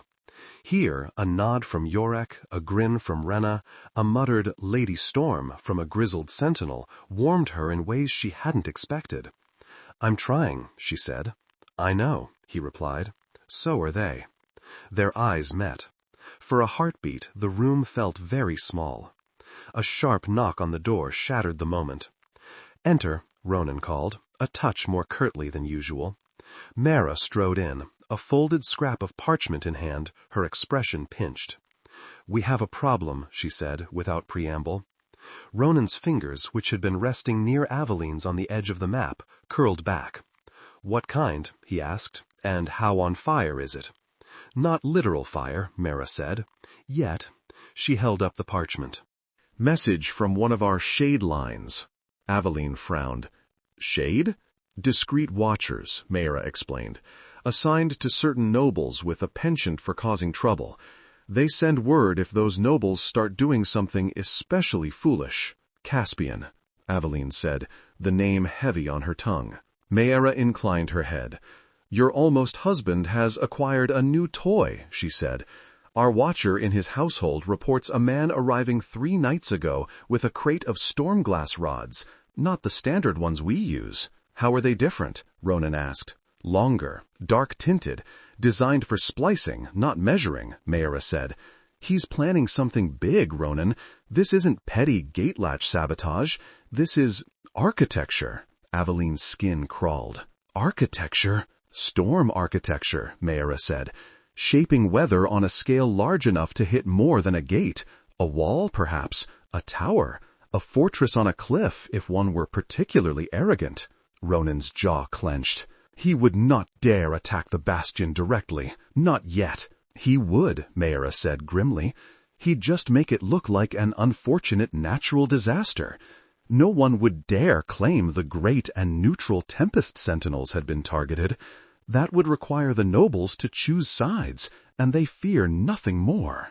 "If he succeeds," Aveline said slowly, "if he hits the bastion hard enough to weaken it, the realm loses its neutral force, the only check on his use of stormcallers, and his path to the throne becomes less obstructed," Ronan finished. The maps on the table blurred for a moment. Aveline braced her hands on the wood, the lines beneath her fingers swimming. "He's willing to bring down the bastion?" she whispered. "To kill you? Your people? Just to clear the board?" "Men like Vale don't think in terms of individual lives," Mara said. "Only pieces and positions." Ronan's gaze flicked to Aveline, something fierce in it. "Then we must remind him that pieces have teeth," he said. Mara flattened the parchment on the table. "Our watcher also heard a date," she said, 3 nights from now. He's hosting a private demonstration for a handful of his staunchest supporters." "With the stormglass rods?" Ronan said. "Likely," Mara replied. "If he's sloppy, we might see the design in the sky. If he's clever," she shook her head, "we'll feel it when it hits." Aveline swallowed. "Can you stop it?" "We can prepare," Ronan said. "Reinforce storm lines around the bastion, station mages on the towers. But if he's using spliced power, it will be messy." "Teach me," Aveline said, the words surprising even herself. "Teach me more. If I can help, if my aura is keyed, as you said." "No," Ronan said. "Too quickly." She flinched. Mayra shot him a look. She's not wrong, Mayra said. Her aura responded unusually to the trial. If Vale is using old blood-bound architecture, which he may or may not be, Ronan cut in, we don't know enough to risk her. You'll risk every sentinel on these walls, Aveline said, temper flaring. You'll risk yourself, but not me? Yes, he said simply. That is correct. The stark honesty of it stole her breath for a moment. I'm not porcelain. And if my marriage to you is going to paint a target on this place, then I have an obligation to stand with you in the storm, not watch from the parapet. Obligation, he repeated, frustration creeping into his voice. This is not about— It is, she insisted. You talk about sharing burdens, about being allies, but when it comes to actual danger, you'd shove me back into the safest corner, like some court ornament. His eyes flashed. You think I see you as an ornament? He asked, voice dangerously quiet. She realized what she'd implied. Her cheeks flamed. That's not what Mayra cleared her throat loudly. Before you both say something you'll regret, she interjected, might I remind you that we have a mad noble building a storm engine in his cellar.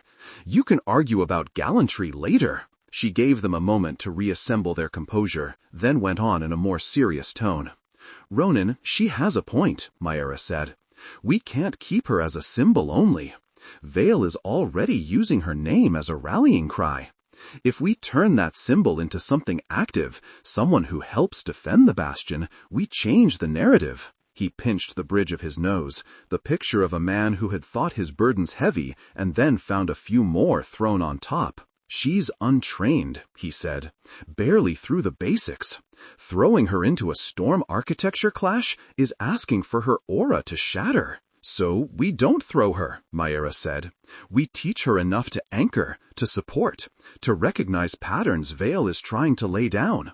The royal line used to broker storms long before the Sentinels were founded.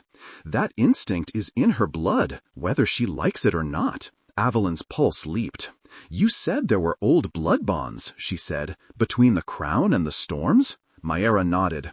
Before the Sentinels, kings and queens bargained directly with stormcallers, she said. Some even channeled small rites themselves. The line thinned over generations, but your aura's reaction, it wasn't nothing.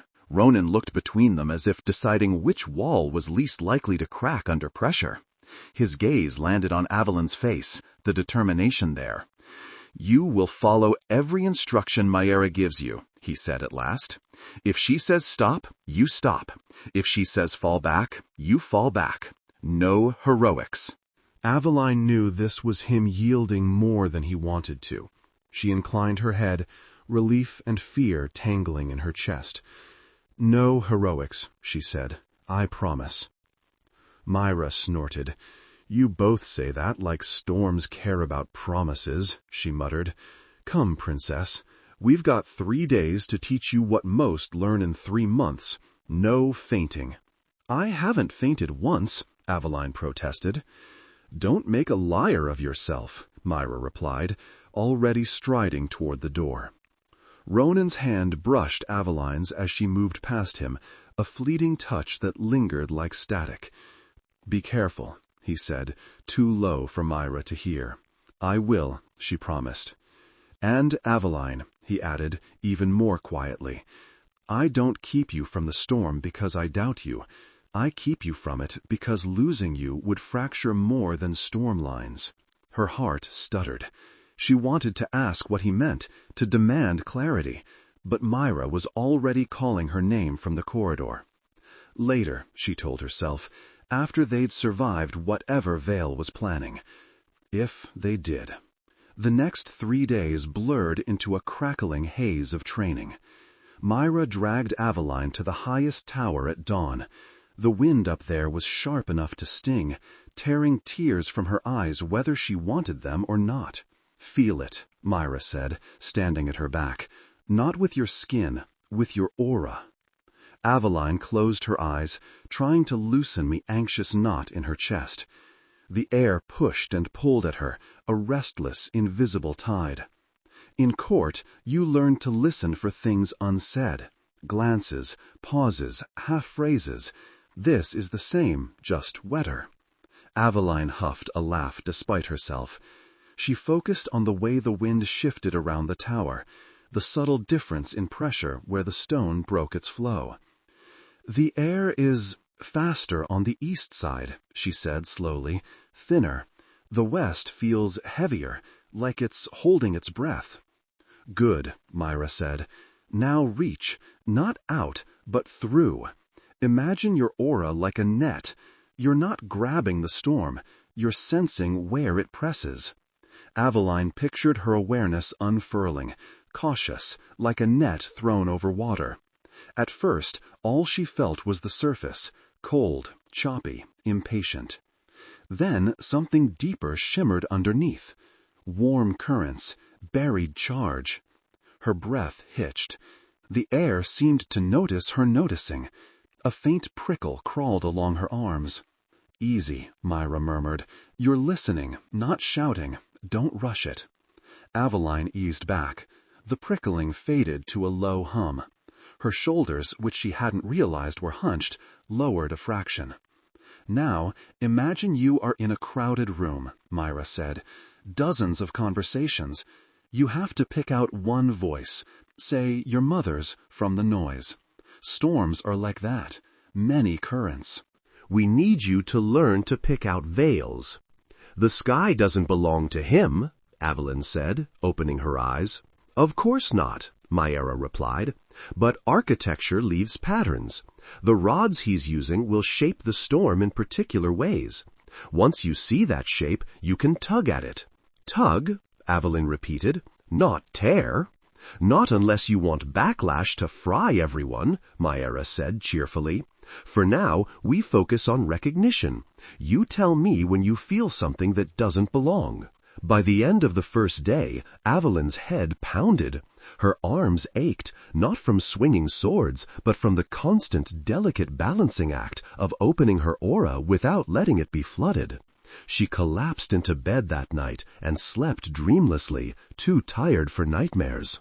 On the second day, Myra added storm glass rods to their exercises. "These are standard," she said, holding up a clear palm-length tube, "used for measuring pressure. No splicing." She set it on the parapet. "Now, what does the air feel like around it when I charge it the proper way?" Aveline closed her eyes, reaching with her awareness. Myra coaxed a small charge into the rod. The air shifted, tighter, focused around the glass, but smooth. "Streamlined," Aveline murmured, "like a river channeled between stones."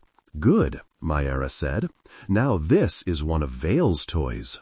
She produced a second rod from a padded case. This one was darker, threads of some metal running through the glass. Aveline's skin crickled before Myra even activated it. When Myra did, the air around the rod snarled. The pressure twisted in on itself, jagged and wrong, like a song played on instruments half-tuned, the notes grinding. Aveline flinched.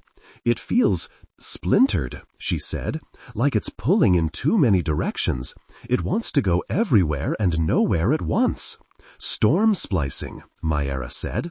"If he strings enough of these together, he can build an array that forces the storm into unnatural patterns. The structure will be unstable, but powerful." "Can we break them?" Aveline asked. "From here?" "Not individually at that distance," Myra said. "But if we can destabilize the pattern they form, we might turn his own architecture back on him, or at least blunt it before it hits." Aveline's stomach twisted. "And if we misjudge?" "Then we get a very unpleasant demonstration of why splicing is outlawed," Myra said. "Let's not misjudge." On the third day, thunder rolled faintly on the horizon even though the sky remained clear. The hair on Aveline's arms wouldn't stay down. "He's stirring something," Myra said, scanning the distance. "We're feeling the edge."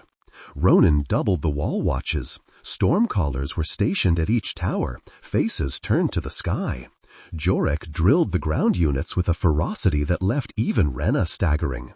"Expect uplifts," he bellowed. "Wind strong enough to slam you into the walls. You plant your feet anyway. If the sky tries to pry your sword out of your hands, you hold on and swear at it." "Swear at it?" Tomas wheezed. "Will that help?" "No," Jorik said, "but you'll feel better." Aveline trained until her muscles trembled, then climbed the tower again. Ronan was already there, cloak snapping, hair whipped by the wind. He didn't turn as she approached, but she felt his awareness brush over her all the same. "How does it feel?" she asked, coming to stand beside him. "Wrong," he said, "like someone humming off-key, loudly." She reached with her aura, the way Maera had taught her. The air around the bastion felt strained, as if holding a breath too long. Farther out, distant but drawing nearer, were the splintered, snarling patterns she had felt around the dark rods. "He's starting," she whispered. "Yes," Ronan said. Her hand found the parapet, fingers digging into the stone. It was cool, solid, the only thing that seemed not to be vibrating with contained force. "Stay here when it hits," he said, "with Maera." "You'll be where?" she asked, though she already knew. "On the central tower," he said, "anchoring the primary storm line." Her chest tightened. "Can't Maera—" "She'll be here," he said, "with you. The bastion needs more than one eye on the sky. If Vale's design is as complex as we fear, we'll need someone keyed to the old blood patterns to spot it." "So I'm your spotter," she said, trying to keep her voice from shaking. "You're our chance to see his hand before he plays it," he corrected. "That's no small thing." She swallowed, nodding. "Then go," she said, "before I change my mind and tie you to this parapet." He huffed a laugh. "You'd need stronger rope," he said. On impulse, she reached out and grabbed his sleeve, fingers curling in the rough fabric. He looked down at her hand, then up at her face. "Come back," she said. It wasn't an order, it was a plea. He covered her hand with his own, warm and sure. The contact sent a small, echoing jolt through her. Not magic, just simple, human connection. "I intend to," he said. Then he was gone, striding toward the central tower, cloak snapping like a piece of storm cloud. Maera appeared at Aveline's side a moment later, stormglass already out, eyes narrowed. "You ready?" she asked. "No," Aveline said honestly. "Good," Maera replied. "Overconfidence gets people killed." The air thickened. Clouds rolled in from the horizon with unnatural speed, not the usual layered grays, but jagged, streaked with darker veins. The hairs on Aveline's neck lifted. "Feel for the pattern," Maera said. "Vale's architecture will ride atop the natural storm. It'll feel wrong." Like a net cast crooked. Aveline closed her eyes. The approaching front roared against her awareness, a wall of wind and charge. Beneath its raw power, she searched for the splintered sensation of the spliced rods. There. Thin threads, like barbed wire strung through the clouds. They tugged at the storm's energy, forcing it into jagged loops instead of smooth arcs. "I feel it," she said, breath short. He's trying to spiral the storm, twist it around the bastion." "Can you see the anchor points?" Macura asked. Aveline tried. The pattern resolved in her mind's eye. 3 heavy knots in the storm line, spaced like teeth around a jaw. 3 main anchors, she said. North, east, and west-southwest. She pointed instinctively. Macura stormglass flashed. "Good. That gives Ronan something to work with." "How will he break them?" Aveline asked. "By hitting 2 in opposite directions at once. Force the pattern to tear along a controlled line instead of letting it snap where Vale." The first wave hit. Wind slammed into the bastion like a thrown wall. The parapet shuddered. Aveline's cloak snapped around her, nearly ripping free. She staggered, grabbing the stone. Below, the yard erupted into organized chaos. Sentinels braced against the gale, securing loose equipment, shepherding the less experienced into the more sheltered inner courts. Lightning forked from the clouds, too bright, too fast. It skated along invisible lines, striking higher towers deliberately, as if the storm had been given a map. Vale's architecture, Macura hissed. He's trying to overload the upper wards. Ronan, Aveline breathed. She reached with her aura, seeking the familiar, steady presence she'd begun to sense whenever he worked storm lines. There, on the central tower, a strong anchoring pull, like the trunk of a tree in a hurricane. She felt him push back against the twisted patterns, redirecting some arcs, absorbing others. "Can he hold it?" she asked, voice barely audible over the wind. "For a while," Macura said. "Not forever. We need to start plucking at those anchors. You see them clearer than I do." Aveline nodded, throat dry. She focused on the 3 knots of spliced energy. "North first," she said. "It's the tightest. On 3, Mayra said. We pull against it. You tug the natural storm away, I'll sever the splice as it weakens. Ready?" She wasn't. "Yes." They counted together, voices snapped by the wind. On 3, Aveline imagined her aura like a hand, reaching toward the northern knot. It felt like grasping burning wire. Pain lanced through her awareness, bright and sharp. She nearly recoiled. "Steady," Mayra's voice cut through. "Don't grab. Press." Aveline shifted her mental grip, pushing at the knot instead of clutching it. The threads creaked, resisting. Mayra's storm glass flared. A cutting sensation sliced through the pattern. The knot loosened a fraction. Far above, lightning that had been arcing toward the northern tower suddenly veered, discharging harmlessly into open air. "1," Mayra said through gritted teeth. "2 left." Her nose was bleeding. Aveline's temples pounded. The storm screamed around them. They went for the eastern knot next.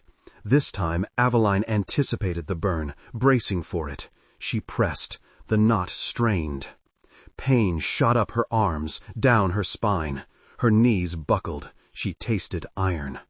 "Almost," Mayra gasped. "A little more." The knot snapped. The sensation was like a whip crack inside her skull. Aveline cried out, clutching her head. The wind seized the broken pattern and tore it, shredding the unnatural loop. For a heartbeat, the storm around the bastion felt almost clean. Then Vale's architecture shifted. The remaining anchors tightened, compensating. The storm's focus swung. "West-southwest," Aveline gasped. "He's redirecting toward the lower walls. Her words were drowned by a deafening crack. A bolt of lightning thicker than any she'd ever seen tore from the sky, not toward the towers, but downward, spearing the yard. It hit one of the training rings, the very one where Aveline had stood days before. The shockwave knocked people off their feet. Stone exploded. Aveline screamed as a jagged shard hurtled toward the parapet. "Down!" Mayra yelled, tackling her. They hit the stone together. The shard smashed into the parapet where Aveline's head had been, showering them with debris. A moment later, a second bolt followed the path of the first, striking too precisely to be natural. "He's found one of his anchors," Mayra spat, pushing herself up. "That training ring. He's using it as a conduit. Clever bastard." Aveline's ears rang. Dust clogged her throat. Below, she could see figures staggering in the yard, some not getting up. "Thomas," she whispered, heart stuttering. She'd seen him assigned to that ring earlier. She lurched to her feet, ignoring the way the world tilted. "I have to." "No," Mayra snapped, grabbing her arm. "You can't help them from down there. You can help them by cutting this off up here." Another lightning strike tore into the yard. The training ring glowed, then shattered, metal liquefying under the unnatural charge. A scream rose, raw and desperate. Aveline couldn't tell if it was Thomas or someone else. Her vision blurred with tears. "I can't." "You can," Mayra said, voice like iron. Look at me, princess." Aveline dragged her gaze to Mayra's face. It was taut, eyes fierce, blood streaking from one nostril. "If we stop now, he wins," Mayra said. "If we cut him off, we save the rest." You think Ronan has never watched a storm take someone he cares about while he held the line? This is the job. The job. Not a ball, not a treaty signing, holding the sky together while people screamed below. Aveline wiped her eyes with the back of her hand, smearing dust. She forced her awareness outward again, through the pain. The west-southwestern knot pulsed, greedily drawing energy toward the shattered ring. It felt bloated, unstable. "If we pull it wrong, it could burst," she said hoarsely. "Spread the charge." "So we pull it right," Maera said.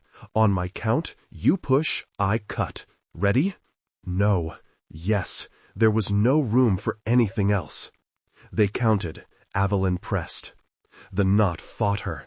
It tried to suck her awareness in, to drag her aura into its burning core. She felt the edges of herself fray. "Don't let it hook you," Maera yelled over the storm, though most of the yelling was happening in their minds. "You are not a rod. You are not a conduit. You are a Corwyn. Storms bow to you, not the other way around." The words hit something deep inside Aveline, an old story of queens on cliffs calling down lightning with bare hands. She imagined herself not as a net, but as a pillar, rooted. The knot hesitated. "Now," Maera hissed. She sliced. The world went white. For a moment, Aveline knew nothing but searing light and the sensation of falling without moving. Sound vanished. Pain became everything and nothing. Then she was on her back, staring at the sky. The clouds above were breaking apart, shredded by their own violence. Sunlight speared through gaps.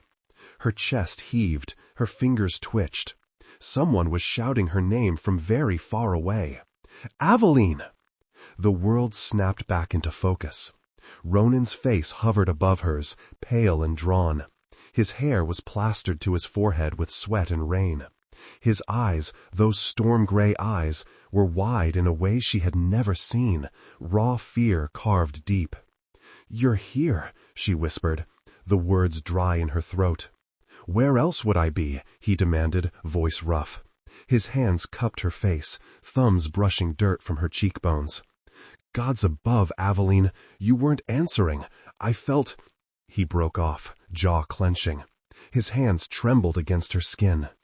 Only then did she realize she'd slipped completely out of her aura sense, gone blank as the knot burst. For a few seconds, an eternity in storm time, he would have felt her presence vanish from the lines. "I'm all right," she said, though her body loudly disagreed. Every nerve felt singed. "Mostly." Maera staggered into view, one hand pressed to her temple, stormglass cracked. "Stupid girl," Maera rasped, though there was more relief than anger in it. "You did it." "Did we?" Aveline asked, trying to focus past the thudding in her head. "Vale's pattern snapped," Maera said. "Ronan pushed when we cut." Turned his own architecture on itself. The worst of it blew out over the sea. She offered a bitter little smile. "Some very confused fish out there right now." Above, the clouds were indeed retreating, their unnatural churn easing into more ordinary turbulence. The wind still gusted, but without the manic, focused edge. Below, the yard was a mess of broken stone, scattered debris, and moving figures. Sentinels rushed among the fallen, hauling the injured to their feet, covering bodies that would not rise again. "Casualties?" Ronan asked, voice tightly controlled. Maera's expression sobered. 7 confirmed dead so far, she said. 12 injured, some badly, most near the training ring. "Thomas?" Aveline whispered. "Alive," Maera said. "Broken leg, some burns. Rena dragged him clear after the first strike. Yelled at him half the time, apparently." Aveline's muscles went weak with relief. "And the bastion?" "Standing," Maera said. "Shaken, but standing." Ronan closed his eyes briefly, a tiny exhale escaping him. Aveline's awareness flickered. She looked at Ronan's hands on her face, at the lines bracketing his mouth, deeper than before. "I scared you," she said, realization dawning slowly. "It should have been obvious, but the idea still startled her. He gave a short, humorless laugh. "Yes," he said, "thoroughly." "Sorry," she murmured. "Don't be," he said. "You also saved us. Again."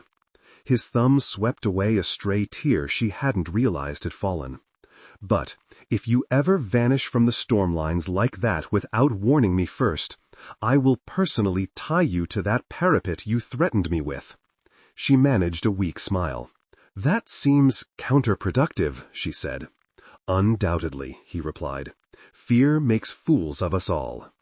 His hands didn't leave her face. The contact grounded her, pulled her fully back into her body. "Help me up?" she asked. He slipped an arm around her shoulders, lifting her gently. Every muscle protested, but she managed to stand. Her knees wobbled. He did not let go, steadying her with his own weight. From this angle, she could see just how many people were looking up at them. Sentinels on the walls, in the yard, on other towers. Faces streaked with sweat and soot, eyes wide. She realized suddenly how it must look.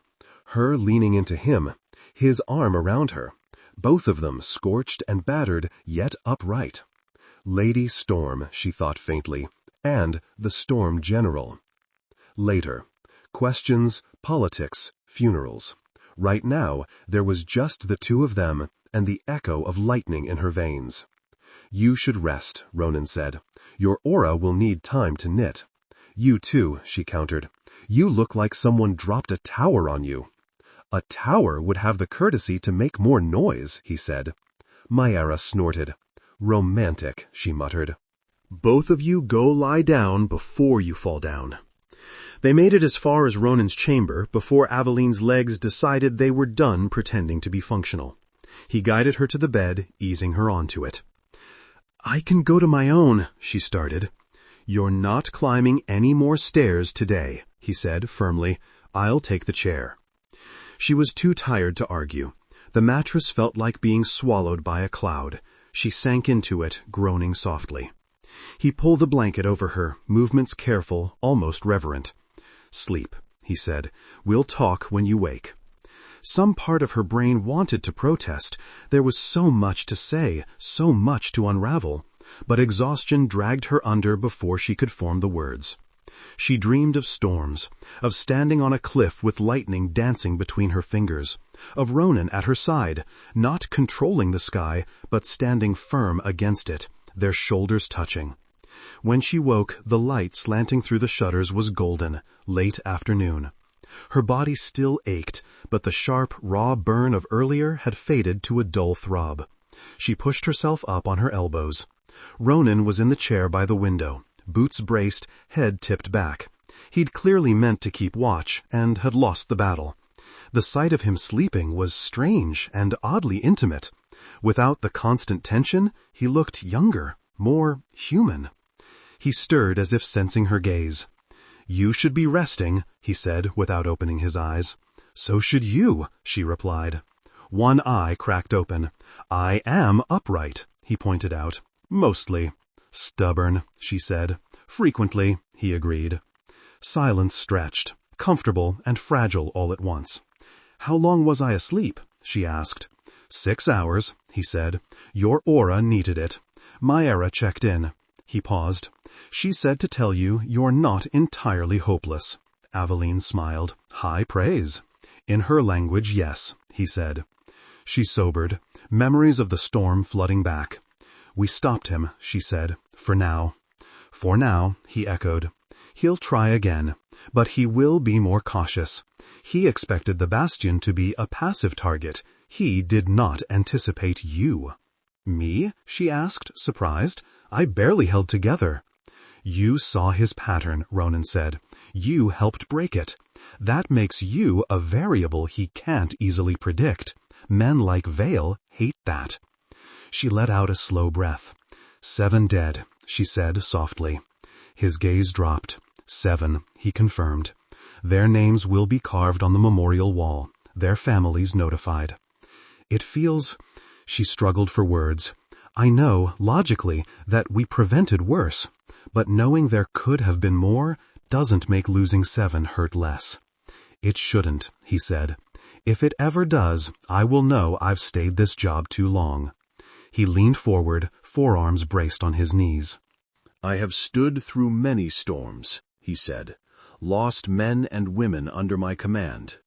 Each time, I tell myself that the lives saved outweigh those taken, that the bastion stands because we accepted the cost. It is the only way to keep walking." "Does it help?" she asked. "Sometimes," he said, "sometimes not." He looked up, meeting her eyes. "Today, it helps that we did not stand alone, that when I felt the architecture shift, I also felt you in the lines, that when you vanished, you came back." Her chest tightened. I didn't mean to vanish," she said. "When the knot snapped, it—" "I know," he said quickly. "I am not blaming you." "You were afraid," she said. "Yes," he replied quietly. "Terrified. More than I am comfortable admitting."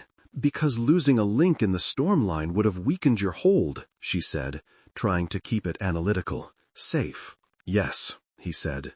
"And because losing you would have—" He stopped, swallowed. "Hurt." The simplicity of it stole her breath. "I am not used to caring about individuals more than the whole," he went on, voice rough. "I care about my sentinels, my order, my realm. Broad, abstract things, easier to carry. You have made that more complicated." "Is that a complaint?" she asked, heart pounding. He let out a breath that might have been a laugh. "An observation," he said. "One I cannot say I regret. But it scares me. The more pieces of myself I invest in specific people, the more ways there are to break me." Her own fears rose like ghosts. "You think I'm not scared?" she asked, quieter now. "I spent years being groomed to be useful, not whole. I ran from a marriage I didn't choose into another I hoped would at least save the realm. I signed my name next to yours, knowing it would paint a target on both of us." She looked down at her hands, at the steel band. "I don't know what I'm doing half the time, Ronan. I'm just trying not to shatter." He reached out, then hesitated, as if uncertain of his right. Slowly, giving her time to pull away, he laid his hand over hers. "You're doing better than you think," he said. "You came here with nothing but stubbornness and a bad haircut. Now you're standing on storm lines and catching saboteurs. I have seen seasoned sentinels do less with more." A startled laugh escaped her. "A bad haircut?" He smiled, small but genuine. "It's growing out," he said, "into something almost respectable." She rolled her eyes. "High praise from a man who cuts his hair by wrestling it into submission every morning." He lifted his free hand to his head automatically, as if checking. She caught the motion, chuckled. The humor faded, leaving them closer than before. His thumb brushed her knuckles, a small, unconscious motion. "I don't know what this is," she said, the words tumbling out before she could censor them. "Between us. Beyond the alliance. Beyond the ring." "I don't either," he admitted. "I know I care if you live. I know my heart stuttered when the storm lines went quiet where you should have been. I know I find myself looking for you in rooms and feeling steadier when you are there." Her breath caught. "That sounds a bit like—" "Danger," he cut in, too quickly. His eyes crinkled faintly at the corners. "And perhaps something else, but I will not put that name to it while the sky over our heads still smells of Vale's ambition." She nodded slowly. It was both a reprieve and a frustration. "Practical to the end," she murmured. "You married a general," he said, "not a poet." She squeezed his hand. "I think I prefer it that way." They sat like that for a while, hands intertwined, the silence between them no longer empty but full. Eventually, duty intruded. A knock on the door, cautious. "Enter," Ronan called, not letting go of her. The door creaked open. Jorik peered in, eyebrows rising slightly at the sight of their joined hands, but wisely choosing not to comment. "We've finished the initial damage assessment," he said. "Myera says we'll need to reinforce the western wall wards. Also, there's a hawk. Ronan's shoulders tensed. "From the capital?" he asked. "Looks like the royal crest on the tube," Jorek said. "I didn't open it." Aveline's stomach flipped. "My father," she whispered. "Or Caspian. Or both." Ronan gave her hand one last squeeze, then released it gently. "Bring it," he told Jorek. Jorek nodded and disappeared. He returned a minute later with a small metal tube, sealed with wax, stamped with the Corwyn crest, a crown encircled by stylized waves. Ronan held it out to Aveline. "It's yours," he said. Her fingers shook as she broke the seal. The parchment inside was crisp, the handwriting familiar. She read in silence. When she finished, her hands tightened, crumpling the edge.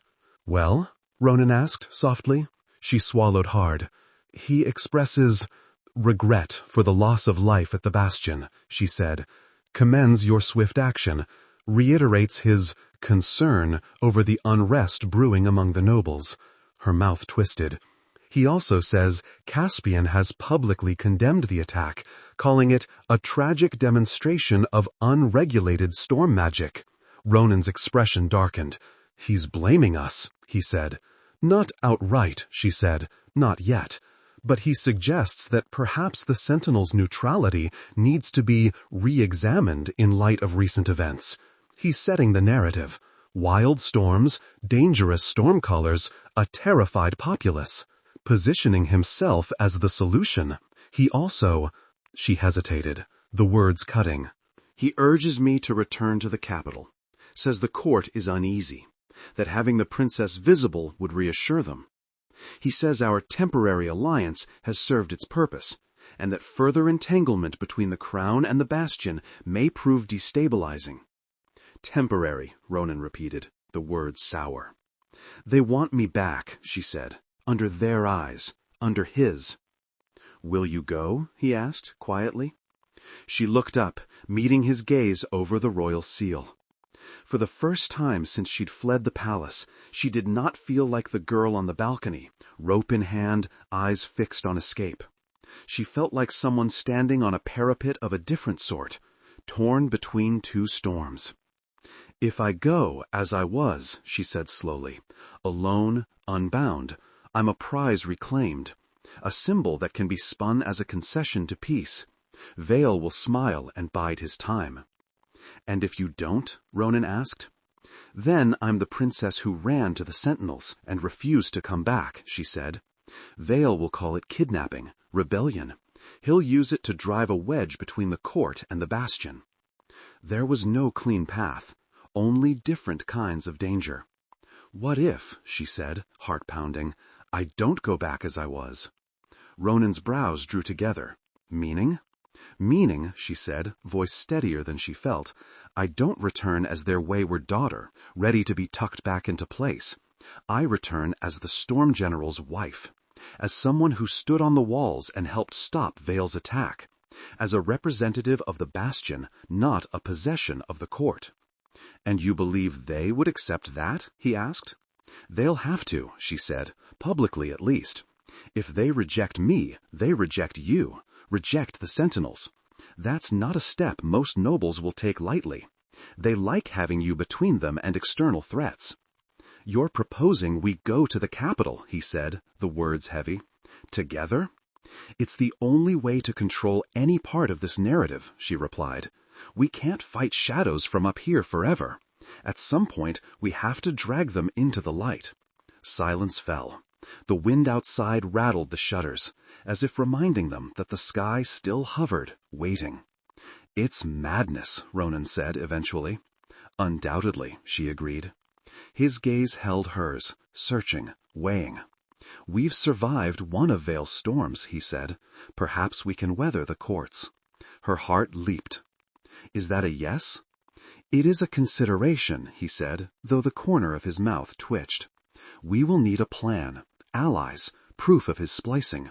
We will not walk into that nest blind." "No," she said. "We'll walk in as a storm of our own." For a moment, the image was so vivid it took her breath. The two of them entering the throne room side by side, cloaks snapping, the steel bands on their fingers visible and undeniable. She didn't know what lay beyond that imagined doorway, but for the first time, the thought of going back to the palace did not make her feel only trapped. It made her feel armed. Ronan rose from the chair, the decision settling over him like armor. Then Act 1 was the escape, he said. Act 2, the bastion. Act 3, he glanced at the letter, at her, at the window. Act 3 will be the march into the heart of the storm. You're mixing metaphors, she said, smiling despite everything. I'm a general, he said, not a storyteller. Her smile faded into something softer. You're more than that, she said. He looked at her, something unreadable in his eyes. So are you, he replied. Outside, the sky cleared, sunlight spilling across the battered stones of Highgale Bastion. The storm had passed, for now. Another waited on the horizon. And this time, Aveline thought, standing slowly, feeling the ache in her body and the steadiness in her resolve, they would not be running from it. They would be walking straight in. The decision was made in the war room, 5 days after the storm. Maps covered the table, pinned beneath daggers and inkstones. The scent of wax and parchment mingled with the ever-present tang of sea air that seeped even this far into the bastion. Ronan stood at the head of the table, shoulders squared, palms pressed flat against the wood. Aveline stood at his right, half leaning on the table's edge, as if the grain beneath her fingers had become familiar enough to count as support. Mera lounged against the wall near a rack of spears, arms folded, storm glass hanging at her throat. Jorek and Captain Ivar flanked the far side, Jorek chewing something unidentifiable with grave concentration. "We go to the capital," Ronan said, "together." The words had the weight of a formal order. They also sounded, to Aveline, suspiciously like a leap off another balcony. "About time," Mera said. "I was getting bored with only the sky trying to kill us." Jorek grunted. "The sky I understand," he said. "Courtiers, less so." "Think of them as storm splicers," Mera told him, "but with more lace." Aveline tried to smile. Her fingers tightened on the table instead. Ronan's gaze flicked to her, reading the tension there with unerring accuracy. "We cannot control what Vale does from up here," he said, more gently, "but we can control how we answer. If we let his version of events stand unchallenged in the court, he'll turn even the storm we just survived into a weapon against us." "I know," Aveline said. "It's just one kind of storm at a time was already more than enough." "Unfortunately, storms rarely cue politely," Mera said. "They prefer to overlap." Captain Ivar cleared his throat. "We'll need to decide who goes with you," he said, practical as ever. "You can't both leave the bastion undefended." "Maera comes," Ronan said immediately. "I'll need her eyes on any splicing in the city." Maera inclined her head. "Flattered," she said, "and reassured by your inability to function without me." "Jorek stays," Ronan went on, ignoring her. "The bastion must have its weapons master. Ivar, you'll command in my absence. Rena will take Stormline lead here. She's ready." "She'll grumble," Jorek said, "but she's ready." "And me?" Aveline asked. Ronan's mouth quirked. "You," he said, "will be the most dangerous of us all." She blinked. "I can barely stand up after a storm architecture clash. How is that dangerous?" "You're the king's daughter, Vale's would-be bride, the bastion's Lady Storm. Your existence in the court will force people to pick the masks they wear in front of you.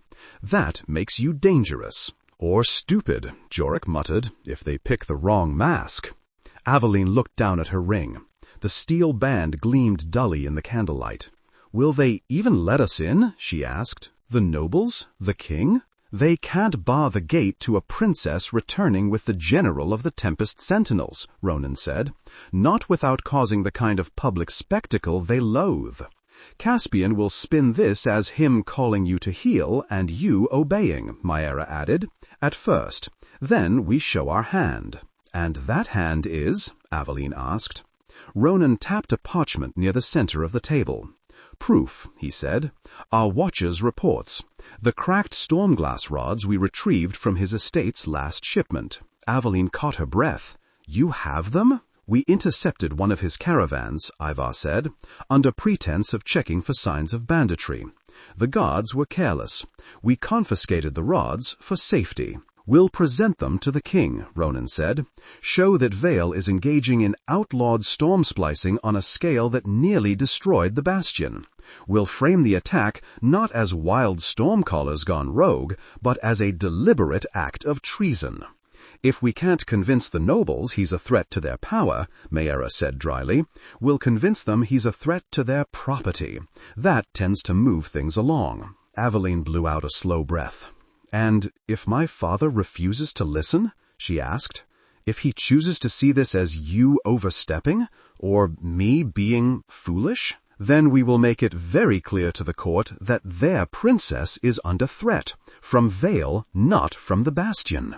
"Your testimony, the Watcher's reports, the rods, all together, they'll be difficult to ignore entirely." "Difficult," Aveline repeated softly, "but not impossible." "No," Ronan agreed. His honesty steadied her more than any empty assurance could have. "Then we go," she said. "We take our storm to the palace and see who still stands when it clears." Mayera grinned. "Now you sound like one of us," she said. They left at dawn on the second day later. The courtyard had the subdued bustle of any departure for dangerous ground. Pack horses stamped and snorted, long cloaks were shaken out, weapons checked and rechecked. Aveline stood by the lead horse, adjusting the belt of her travel leathers. The bastion seamstress had refitted them to her more slender frame, reinforcing the seams where her training gear had torn. "You look almost respectable," Jorek said, circling her with the air of a man inspecting a weapon rather than a person. "Don't fall off the horse. It's bad for morale." "I'll do my best," she said gravely. "Good." He hesitated, then pulled something from his belt pouch and shoved it into her hand. She looked down. A small, carved wooden spiral sat in her palm, rough but clearly shaped with care. Someone had painted the lines with faint blue. "It's ugly," Jorek said, scowling, "but it's bastion wood, wind-bent. Might remind you where home is when you're in those gilded halls." Her throat tightened. "Thank you," she said. The words felt inadequate, but she didn't know how else to say it. "Don't mention it," he grumbled. "Ever." Rena appeared then, carrying a bundle. "Rations for the road," she said, "and a reminder that if you get yourself killed, I will be very annoyed. I only just started to like you." Aveline laughed, hugging the bundle to her chest. "I'll try not to cause you inconvenience." "Good," Rena said. "Now go make the court nervous." Mayera swung up onto her horse with the easy grace of long practice. Ronan mounted his own, checking the straps one last time. When Aveline put her foot in the stirrup, her horse shifted, snorting. "Easy," she murmured, stroking its neck. "We're both nervous." It settled. She swung into the saddle, unfamiliar muscles tensing. Ronan brought his horse alongside hers. "Ready?" he asked. "No," she said, "but I am going." He inclined his head. "That is all I can ask." The gates of High Gale Bastion creaked open. As they rode out, Aveline looked back over her shoulder. Sentinels lined the walls, watching. Some raised hands in silent salute. Jorek and Rena stood side by side near the gate, Mayera stormglass catching the morning light. For a moment, Aveline felt as if she were leaving more than a fortress. She was leaving a version of herself that did not know what it was to stand in a storm and not be shattered. She touched the wooden spiral in her pocket, then faced forward as the road wound down the cliff. The journey to the capital was shorter than her escape from it had been. They rode hard, changing horses at way stations where Ronan's authority opened doors that would have been barred to anyone else.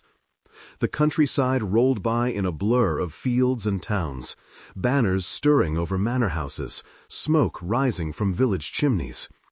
In some places, people came to the roadside to watch them pass. Storm callers in their slate blue cloaks always drew attention. Children waved.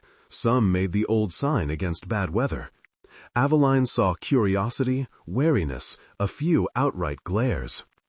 "It's starting," Maera said quietly at one such hamlet, where a farmer spat ostentatiously as they rode by. "Vale's story is trickling down. Stormcallers as the problem, not the shield."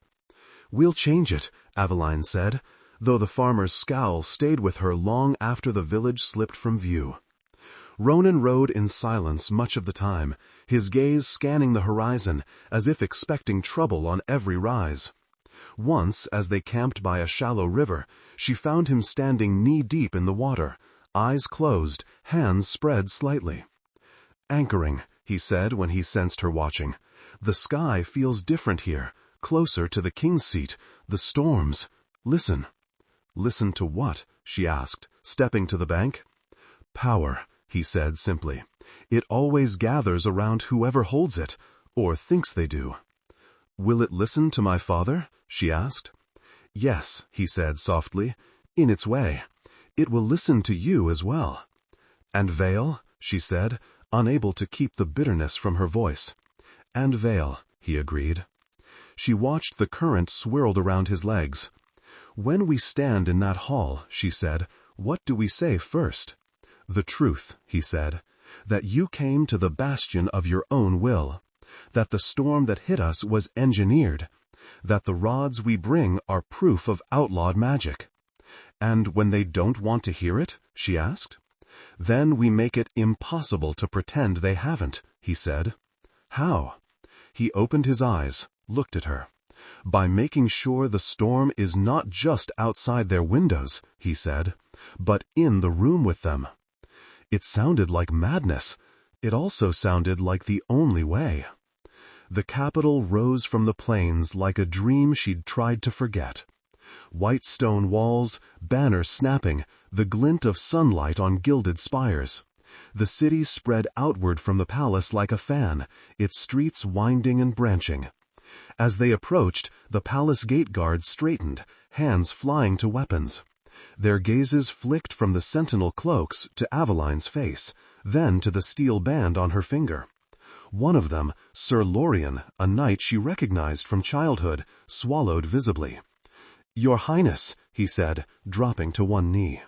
"General Thale, we were not expecting you so soon." "Evidently," Ronan said. "Open the gate." Lorien hesitated.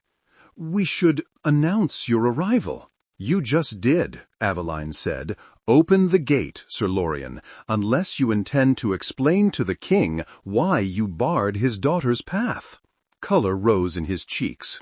"Of course, Princess," he stammered, rising and signaling to the gatehouse. "Open!" The portcullis lifted with a groan. They rode into the courtyard. Servants scattered. Guards hurried into hastily assembled formations. Somewhere a bell rang, the palace equivalent of an alarm, though it chimed with polite urgency instead of the bastion's raw clamor. Aveline dismounted in the familiar inner yard where she'd played as a child, the stones worn smooth by generations of royal boots. It felt smaller now, less like the center of the world, more like a carefully curated cage. An official in embroidered robes bustled toward them, expression a mix of outrage and relief. "Princess Aveline," he said, bowing. "General Thale, we heard rumors you were on the road, but with the recent unrest—" "Where is my father?" Aveline asked, cutting through the pleasantries. "And Lord Vale?" The official blinked. "His Majesty is in council with the Noble Council. They convened an emergency session after the unfortunate incident at Highgale. Lord Vale is present." His gaze darted to Ronan's steel band, then to Aveline's. "As doubtless your, appearance will necessitate further discussion." Ronan's tone was cordial, but the steel beneath it was unmistakable. "Then we'll join them," he said. "We have evidence the council will wish to see." The official's mouth opened and closed. "The council is in session," he repeated weakly. "There are procedures." "Consider this an emergency amendment," Aveline said. "Their discussion concerns me. They will not proceed without hearing what I have to say." Her voice rang through the courtyard. A few guards exchanged glances. The official wrung his hands. I will inform the herald, he said, backing away. Please, wait in the antechamber. No, Ronan said. We go now, before word of our arrival outruns us. They walked. Mera fell in behind them, expression sharp. A pair of palace guards hurried to flank them, more for show than need. Aveline's boots rang on the inlaid marble floors, a counterpoint to the staccato of her heartbeat. The great doors of the council hall loomed ahead, carved with scenes of past kings and storms. Aveline remembered standing in the gallery as a child, watching her father hold court under those painted ceilings, sunlight spangling off the gold leaf. Today, the light seemed colder. The herald, a thin man with an impressive mustache, rushed forward, face pinched. "Your Highness, open the doors," Aveline said. "I must announce. You can shout our names as we walk if it makes you feel better," Myra muttered. The herald sputtered. Ronan simply put his hand on the left door and pushed. It swung open with a protesting creak, the other following under the herald's belated assistance. The council hall fell silent. Nobles lined the long room, brocade and velvet in a riot of colors. At the far end, on a raised dais beneath the painted vault, sat King Alaric Corwyn, crown slightly askew, fingers white on the arms of his chair. Queen Seraphine sat beside him, posture precise, expression calm, hands folded. Between them and the gathered nobles stood Lord Caspian Vale. He turned as they entered, his expression arranged in something that might, at a glance, be sympathy. His eyes, however, went cold and flat when they landed on Aveline's hand in Ronan's. "My daughter," the king said, half rising from his seat. His voice carried the weight of both relief and reprimand. "You return at last."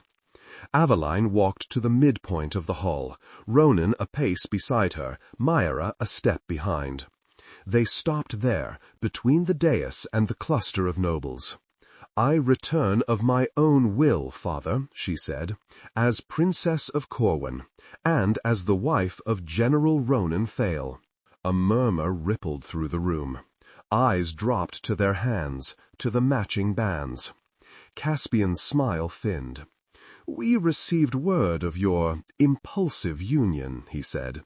"Many here have been gravely concerned, for your safety, of course, and for the stability of our beloved realm." "Stability?" Ronan repeated. "You nearly brought down the bastion in an engineered storm." Caspian's brows arched. "I beg your pardon?" "We are not here for polite dances," Aveline said before he could continue. "We're here because someone in this room attacked the Tempest Sentinels with outlawed storm splicing and nearly tore the sky open over our own cliffs." Several nobles gasped, others sneered, muttering about wild accusations. The king's knuckles whitened further. "You speak of the recent storm," he said. "Our envoys report that the bastion wards failed, that uncontrolled storm magic wreaked havoc." "Our envoys were not present," Ronan said. "We were." Myra stepped forward, stormglass in hand. "With respect, Your Majesty," she said, "that storm was not natural. We have proof that someone used stormglass rods designed for splicing to shape it. Proof we retrieved from a caravan belonging to Lord Vale." All eyes swung to Caspian. He laughed. It was a controlled, charming sound, honed by years of practice. "You accuse me," he said, spreading his hands, "of orchestrating an attack on the very guardians of our kingdom. Why on earth would I do such a thing?" "Because a weakened bastion is easier to control," Aveline said. "And because chaos makes people more willing to accept strong measures." "Conspiracy theories," Caspian said, shaking his head. "Aveline, my dear, I understand your anxiety. You've been through an ordeal, abducted from your home. I walked out, she cut in. No one carried me. Spirited away to a remote fortress, he continued smoothly, married under duress to a man 3 times your age. Ronan's jaw clenched. He was not 3 times her age, but Caspian knew exaggeration made for better outrage. Enough, Ronan said, voice low. Caspian ignored him. We all know how persuasive the Sentinels can be when they wish to bend someone to their cause, he said, addressing the room. Our kingdom treasures their service, but they are not beyond scrutiny, nor, it seems, beyond manipulation. Aveline's fingers dug into the calloused hand she held. You speak of manipulation, she said, as if you did not stand in this hall and argue that marrying me would calm the unrest your own greed stirred. Several nobles shifted uncomfortably. Queen Seraphine's lips pressed tighter, her eyes briefly closing, as if against a headache. My proposal was for the good of the realm, to unite 2 powerful houses and present a strong front to our enemies. And to gain you the throne when my father dies, Aveline said bluntly, or sooner. Gasps, a hiss of disapproval from somewhere on the left. King Alaric flinched. Aveline, she speaks truth, Queen Seraphine said quietly, her first words since they'd entered. You pressed hard for that union, Lord Vale, harder than mere civic duty would require. Caspian's smile didn't falter. I pressed because someone must take responsibility for the realm's safety. When neutral orders forget their place and stormcallers become a threat. Neutral orders, Mayra repeated with contempt. We nearly died defending this kingdom from a storm you engineered. Proof, Caspian said, turning his palms up. You claim storm splicing. Where is your proof? A cracked glass tube? Hearsay from some nameless watcher? Ronan reached into his cloak and drew out a padded case. He set it on a small table near the center of the hall, flipped the latches, and lifted the lid. Inside, nestled in cloth, lay 3 rods, 2 clear, 1 dark-veined. This, he said, picking up the clear rod, is a standard storm glass, used for measuring pressure, not storing or channeling charge. He set it down, picked up the dark one. This is what we took from your caravan, he said, along with reports from a watcher in your employ who heard you speak of a demonstration that would show the nobles the danger of leaving storm magic unregulated. He held the dark rod up. Aveline felt the air tighten even before Mayra lifted her storm glass. Careful, Mayra murmured. I know, Ronan said. He coaxed a tiny charge into the rod. The air around it snarled, the same splintered, twisted sensation Aveline had felt on the bastion. Several nobles stepped back. One actually made the sign against bad luck. This design is outlawed, Mayra said. It's storm splicing, running power through a conduit so non-casters can wield it. Dangerous, unstable, and expressly forbidden by the Coronial Accord. Many things can be dangerous in untrained hands, Caspian said. A sword in a child's grasp, for instance. That does not make swords inherently treasonous. But creating forbidden storm implements does, Ronan said, especially when those implements match the signature of an attack that killed 7 sentinels. Caspian spread his hands, appealing to the room. We are in uncertain times, he said. Storms grow stronger. Borders tremble. Is it not prudent to research every possible defense? To explore tools that might protect our people? At the cost of those same people? Aveline demanded. At the cost of the very fortress that shields us? Caspian's gaze snapped back to her. For a moment, the polished veneer cracked, revealing something colder beneath. You speak with passion, my dear, he said softly. But passion is not evidence. Who among us truly understands what happened on that cliff? A tempest, a tragedy, and now tales of rods and architecture and conspiracies? He shook his head, turning to the king. Your Majesty, your daughter has been through much. We should listen with compassion, but also with reason. He looked around the room, letting his gaze rest on sympathetic faces.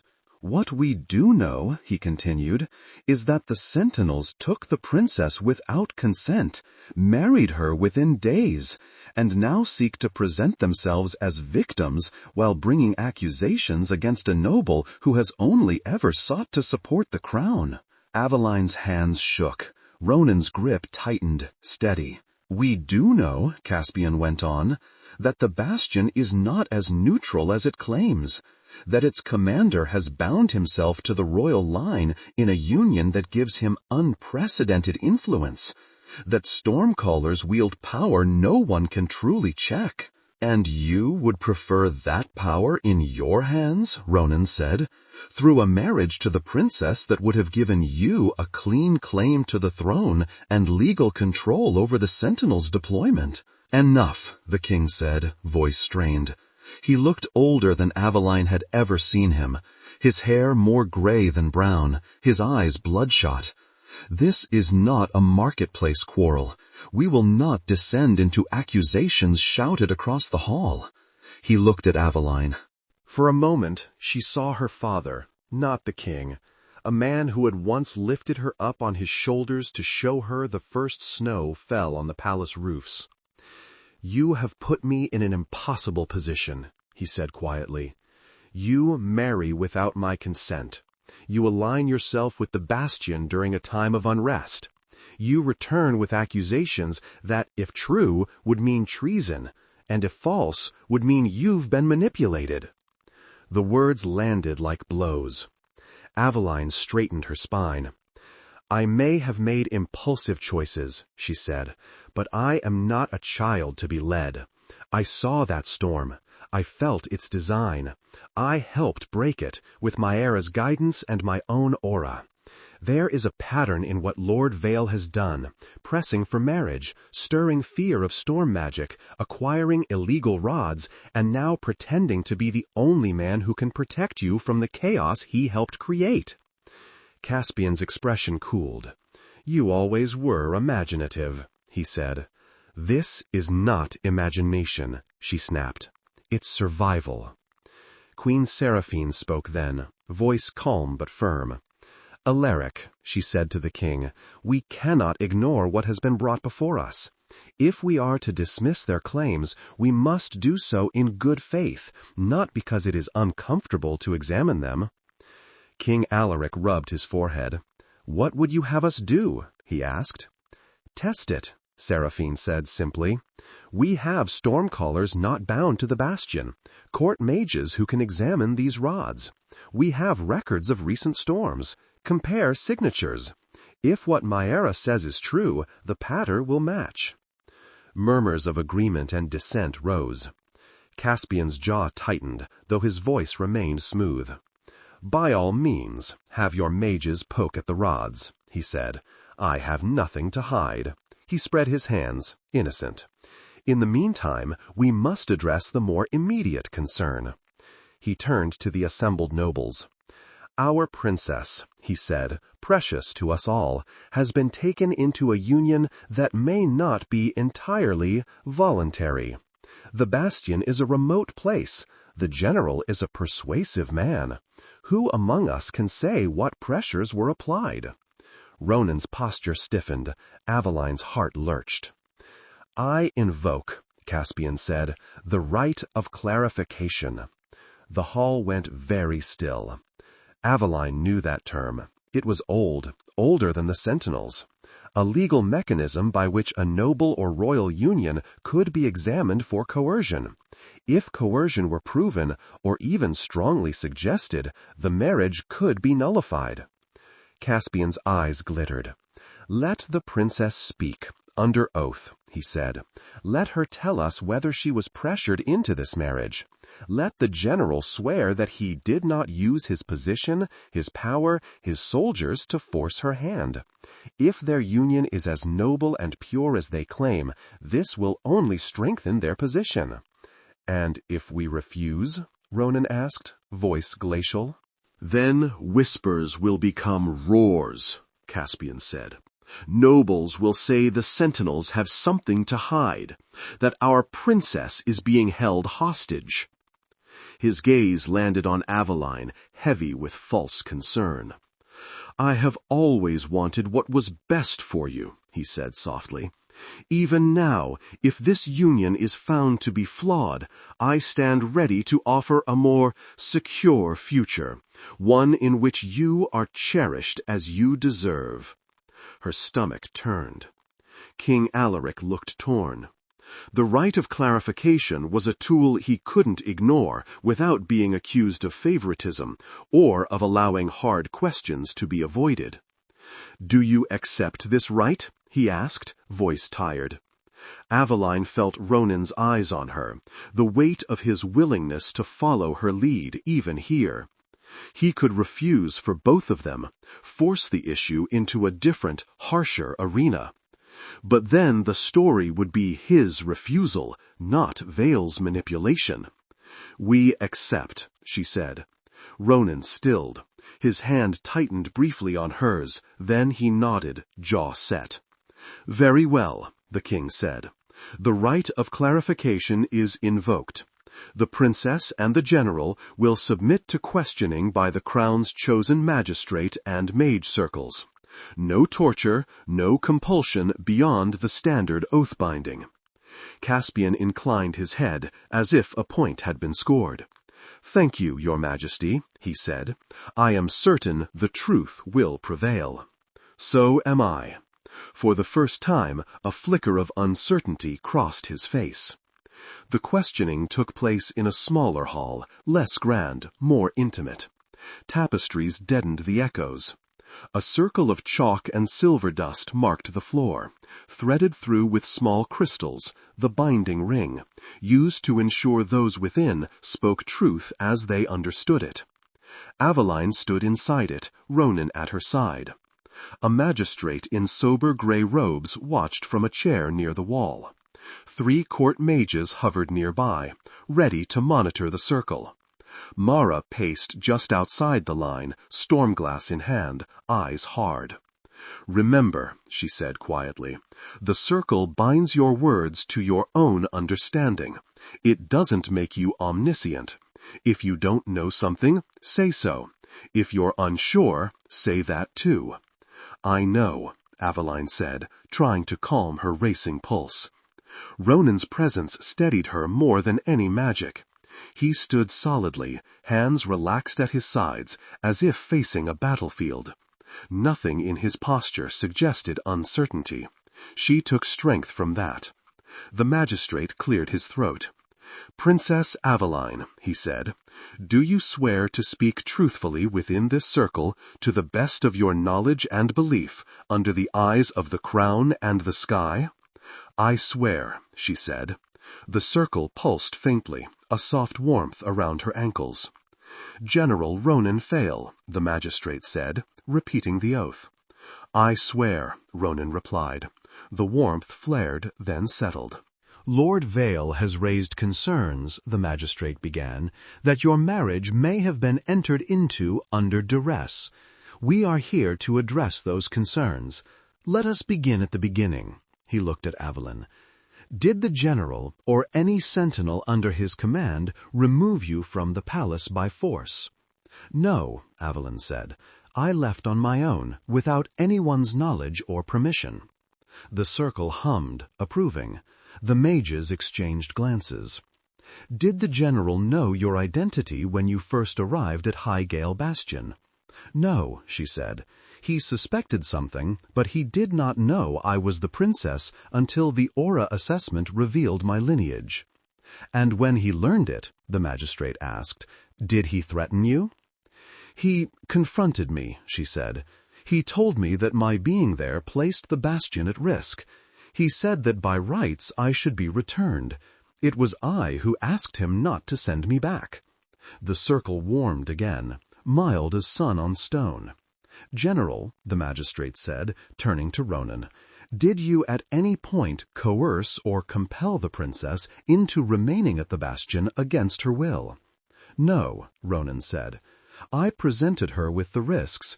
I told her what I believed Vale would do if she returned. The choice to stay was hers." "And the marriage?" the magistrate asked. "Whose idea was that?" Ronan's jaw flexed. "Mine," he said. "I proposed it as a means of complicating Vale's claim.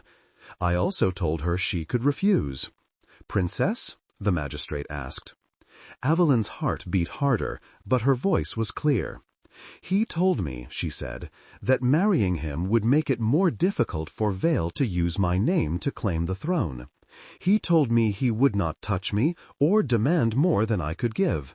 He told me it would be a contract, not a romance, and he told me I could say no." "And did you feel free to refuse?" the magistrate asked. "No," she said honestly, "but not because of him. Because of Vale, because of my father's willingness to give me to him, because of the nobles pressing. The only path I saw that protected the realm from Vale was the one Ronan offered." The circle flared, hot for a heartbeat. The mages murmured, adjusting small crystals. "So you felt pressured by circumstance," the magistrate said, "but not by the general himself." "Yes," she said. "General," the magistrate said, "did you see the marriage as a path to personal power, to influence over the crown?"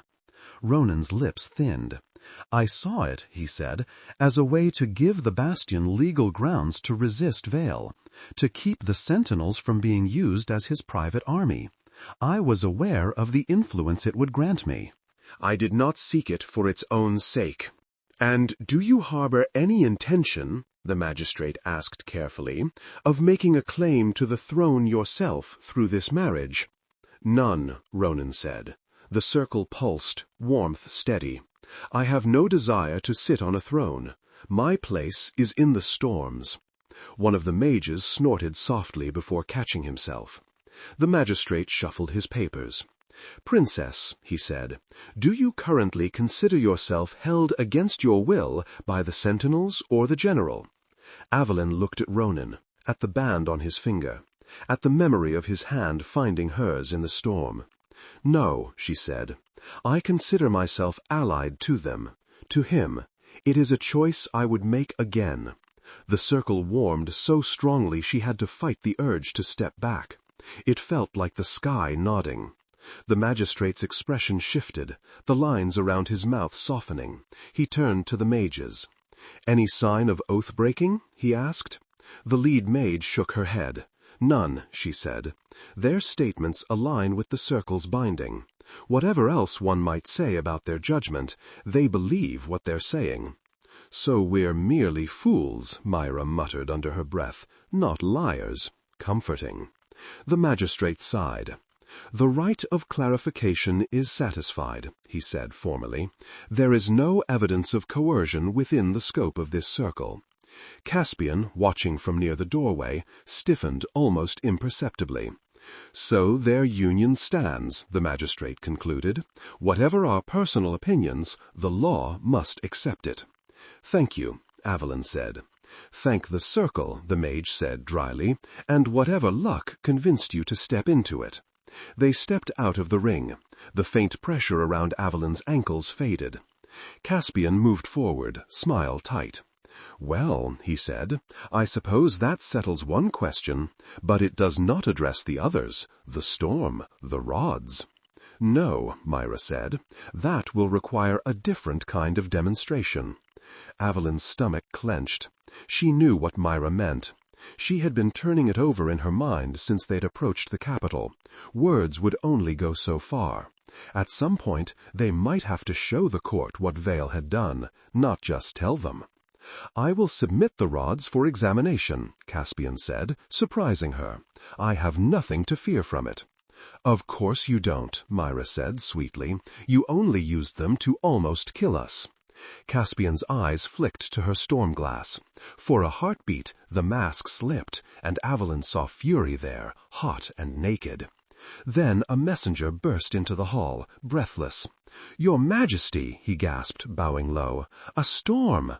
"That is hardly unusual," the king said wearily. "In the city, sire," the messenger said, "over the eastern quarter. Wind, lightning, houses already damaged." It came out of nowhere. People are panicking. Aveline's blood ran cold. "Vale," she whispered. Ronan's face hardened. "Myra," he snapped. "I feel it," she said, stormglass already in hand, her eyes unfocused, pupils dilating. "Not a natural front. The air's wrong. Too tight, too localized. He's splicing again." "In the city?" Queen Seraphine said sharply. "Among civilians?" "He wants everyone afraid, not just nobles hearing rumors." Caspian lifted his hands. "We cannot know." "Oh, we can," Myra said. "The pattern matches the rods exactly. He started his demonstration early." Panic began to ripple through the hall. Nobles muttered, some already moving toward the doors. "Guards," the king snapped, "keep order."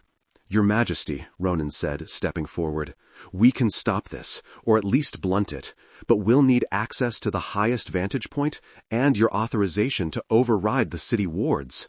King Alaric hesitated. For a heartbeat, Aveline saw indecision war with fear. "Do it," Queen Seraphine said. He nodded once. "You have it," he told Ronan. "Whatever you need." Caspian's mouth opened. "Sire, I must protest." "Silence," the king said, the word cracked by stress but still carrying. He turned to Aveline and Ronan both. "Go, please." "I'll need your storm callers," Myra told him, already moving. "Whoever you trust most not to faint." "The Eastern Tower," Aveline said. "It's the highest, it overlooks the quarter they mentioned." Ronan met her gaze. "You're coming," he stated, not asked. "Yes," she said. "You shouldn't," he said, as a matter of form. "You've barely recovered from the last architecture clash." "And you, General," Myra said, "are not going to get noble permission for every step you take while the city tears itself apart. Move." They ran. The palace corridors blurred. They burst onto the Eastern Tower steps and pounded upward, Ronan's stride steady, Aveline's breathing ragged but determined. Myra's stormglass flared brighter the higher they climbed. By the time they reached the parapet, the storm had fully formed. Dark clouds churned over the eastern quarter, unnaturally close to the ground. Lightning flickered inside them like veins of molten metal. Wind whipped down narrow streets, tearing at awnings, ripping tiles from roofs. A scream rose faintly from below, a woman, shrill and terrified. Another crack of lightning speared the street, too precise to be random. It left a scorch mark in the shape of a jagged circle. Aveline's heart pounded. "He's anchored it," Myra said, breathless. 3 points again. There, and, she pointed, there. He's using the old watchtowers as conductors. Clever. "Can we break it?" Ronan asked. "Not alone," Myra said. "We need more lines." Court stormcallers spilled onto the parapet then, faces pale. They looked at Myra and Ronan with a mixture of awe and resentment. "We're not trained for this," one protested. "The city wards." "Forget the wards," Myra snapped. "They're being hijacked. You," she pointed at the speaker, "take the north anchor. You, the south. You, whichever I don't trust yet." "What about you?" Aveline asked. "Middle," Myra said, "where it hurts most." She turned to Aveline. "And you are going to do what you did at the Bastion. Find the pattern. Tell us where he's weak." Aveline swallowed hard. "And Ronan?" Ronan stepped to the parapet wall, eyes already distant, hands lifting slightly. "I hold the line," he said. "Draw as much of the storm as I can away from the streets." "You'll burn yourself out," one of the court mages warned. "The architecture." "We'll be less likely to collapse on the city if I'm there to catch it," Ronan said. "Ready?" Aveline reached for him with her aura, the way she had on the Bastion. His presence in the storm lines was like before, solid, rooted, a steady pull. "Ready," she said. The sky roared. The architecture was more complex this time. Vale had learned from his failure. The anchors were woven through the city's own protective grid, twisting it against itself.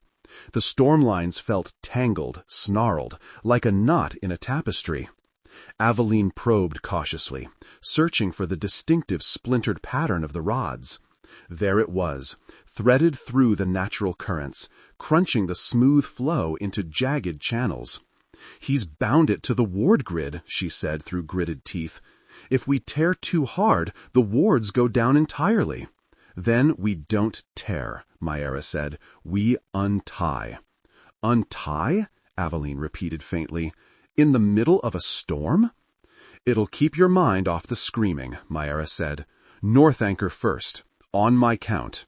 They moved as one. Maera, Ronan, the court mages, and Aveline, their awarenesses overlapping briefly in the storm. The first knot gave way reluctantly, like gristle between teeth. A bolt of lightning that had been arcing toward a cluster of houses veered, striking an empty square instead. Stone shattered, but no screams followed. The second knot fought harder. Vale poured more power into it, the rods humming with unnatural charge. Aveline felt the edges of her aura strain. "Ronan!" Maera yelled across the storm. "He's pushing! You need to—" "I know," Ronan growled. Aveline sensed him drawing more of the storm toward himself, away from the grid. The air around our tower crackled ominously. "Too much!" she gasped. "You'll—" "Hold the knots," he said. "I can take it." He could, but not indefinitely. His aura felt like a tree in a hurricane now, bending to the breaking point. The second knot snapped. The storm lines shuddered. A wave of backlash slammed into the tower. Aveline's vision flared white. She staggered, hands flying to the parapet. A crack of lightning tore past them. So close she felt the heat on her face. "Ronan!" she yelled. He was still standing, but barely. His jaw was clenched, teeth bared, veins standing out in his neck. Light crawled along his arms beneath the skin, tracing his old scars in fresh fire. "Third anchor!" Maera shouted. "We break it now or the whole thing collapses on us." "I can't," one of the court mages gasped. "My channels." "Then fall back," Maera snapped. "Aveline, it's you and me." Aveline's heart lurched. You found the knots before. You can do it again. You're keyed to this mess. Come on, princess. One more knot." She tasted blood. The storm screamed. The city below was a blur of movement in stray flashes. She reached. The third anchor was buried deep, spliced into the very foundation of the ward grid. It felt like grabbing the root of a tree with both hands while lightning ran along it. Pain shot through her. Her knees buckled. "Aveline!" Ronan's voice roared in her mind, distant and huge. "I have it," she said, though she wasn't sure she did. Maera's presence came alongside hers, sharp and controlled, slicing at the edges of the knot. "Don't pull against it head on," Maera said through gritted teeth. "Twist. Make it unravel itself." Aveline tried. Her awareness fumbled, then found the right angle. The knot shifted, threads beginning to slide. Vale felt it. A spike of raw, vicious power slammed into the line they held. Aveline cried out, almost losing her grip. She felt him like a cold wind, distant physically, but present in the architecture. For a heartbeat, their awarenesses brushed. He recognized her. "Princess," his presence sneered along the current. "Playing with storms now. Dangerous toy." "Get out of my sky," she hissed. Whether aloud or in the storm, she couldn't tell. He laughed. The knot tightened. Her aura screamed. Ronan's presence surged, slamming into the architecture from another angle. He took the brunt of Vale's blow, diverting it. Pain flared along his channels. Aveline felt it, not in her own body, but in the way his presence flickered. "Ronan!" she cried. "Finish it," he choked. She twisted. The knot gave. The architecture snapped. The storm exploded outward, the unnatural patterns tearing like rotten cloth. For a terrifying moment, the ward grid buckled. Then, Ronan seized the collapsing energy and flung it upward, away from the city. Lightning speared the empty air. Thunder shook the tower under their feet. The storm thinned, shredded, then dissipated, leaving only ragged clouds and the distant pattern of rain. Silence fell. Aveline sagged against the parapet, lungs burning, ears ringing. Her aura felt flayed, but intact. "Ronan?" she gasped. There was no answer. She turned. He was still standing, but barely. His eyes were unfocused, knees sagging. Light flickered along his arms, then went out. He pitched forward. Aveline lunged, catching as much of his weight as she could. It drove her to her knees, stone biting into her legs. "Help!" she shouted. Maera was there in an instant, hands on Ronan's shoulders. The court mages stumbled closer, faces pale. "His channels are burned," Maera said, fingers hovering over his forearms. "He took too much of the backlash." "Can you fix it?" Aveline demanded. "Not like this," Maera said. "We need to get him off the tower, now." They half carried, half dragged him down the stairs. Aveline refused to let go. One of his hands clutched in both of hers.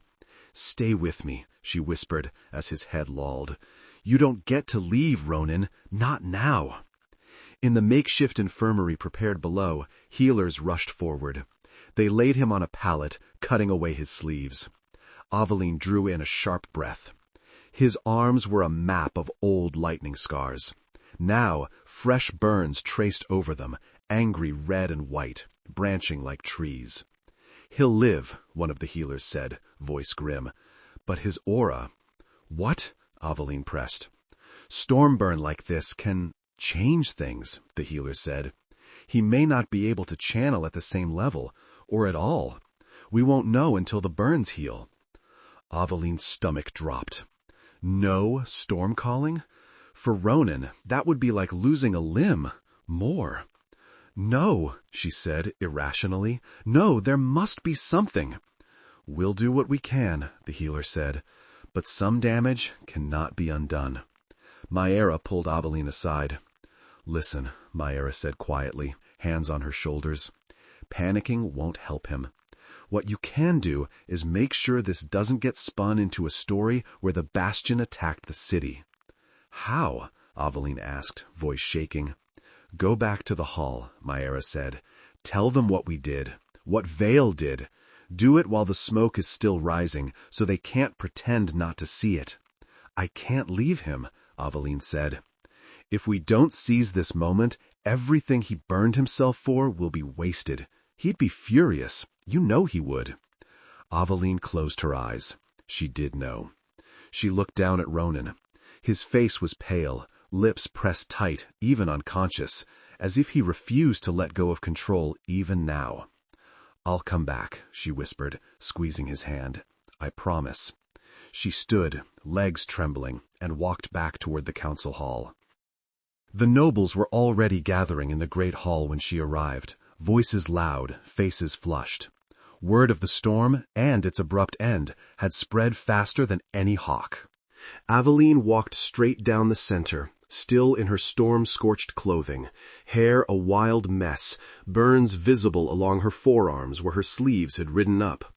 She looked, she realized distantly, like exactly what she was, someone who had just stood in a storm and survived by inches.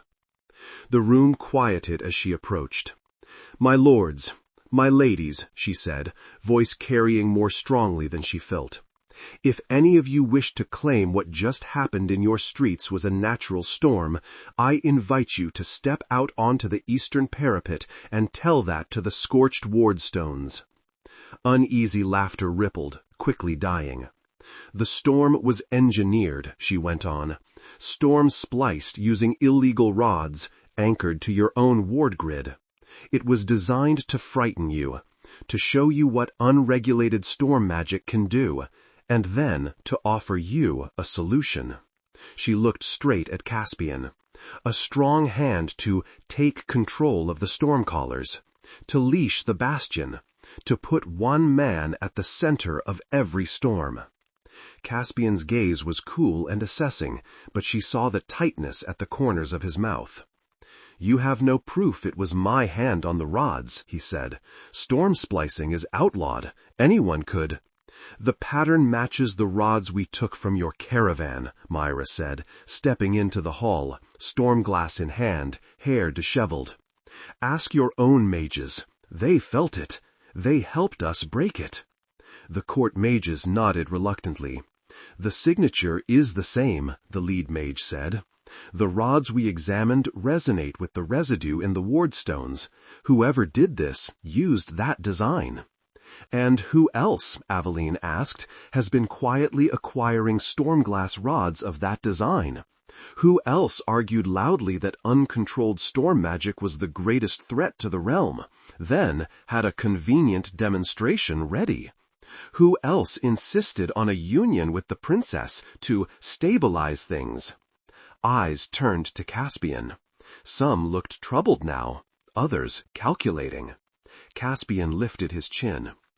"Even if what you say is true," he said, slowly, carefully, "we must ask ourselves why. Why would I risk so much? Why would I endanger my own people?" "Because you thought you could control it," Aveline said. "And because you believed the fear it created would serve you. You miscalculated. The storm got away from you. We stopped it." "And nearly killed your own general in the process," Caspian said smoothly. "What a pity. I have always admired his dedication." Rage flared hot and sudden. "Do not speak of him," Aveline said, voice low and dangerous. "You tried to break the bastion. You almost did.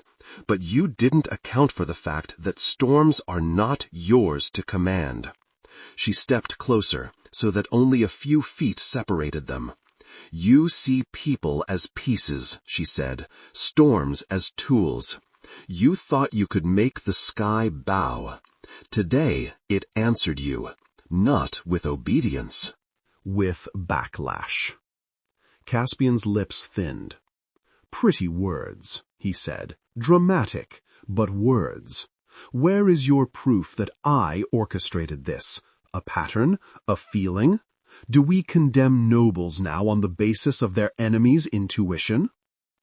"There is also testimony," a new voice said. Queen Seraphine stepped down from the dais, a rolled parchment in her hand. "From the watcher we placed in your household," she said calmly. "You are not the only one capable of quiet observation, Lord Vale." Caspian's expression froze. Seraphine handed the parchment to the magistrate, who unrolled it and skimmed, eyes widening. "He records discussions," the magistrate said, "between you and a storm technician. Plans to demonstrate the dangers of uncontrolled storms. References to splicing, to rods, to making the bastion bleed without ever drawing a sword." A murmur rose, louder now, tinged with outrage. "These notes could be forged," Caspian said sharply. "The watcher could be lying." "He wrote this before the storm hit the bastion," Seraphine said. "We've had it sealed since, watching to see if events unfolded as the notes suggested. They did." She looked at Aveline then, something proud and unbearably sad in her eyes. "I hoped I was wrong," she said, "that this was paranoia. I am glad, at least, that we acted quietly, that we did not accuse until we had more than suspicion." King Alaric sagged back in his chair, looking suddenly very old.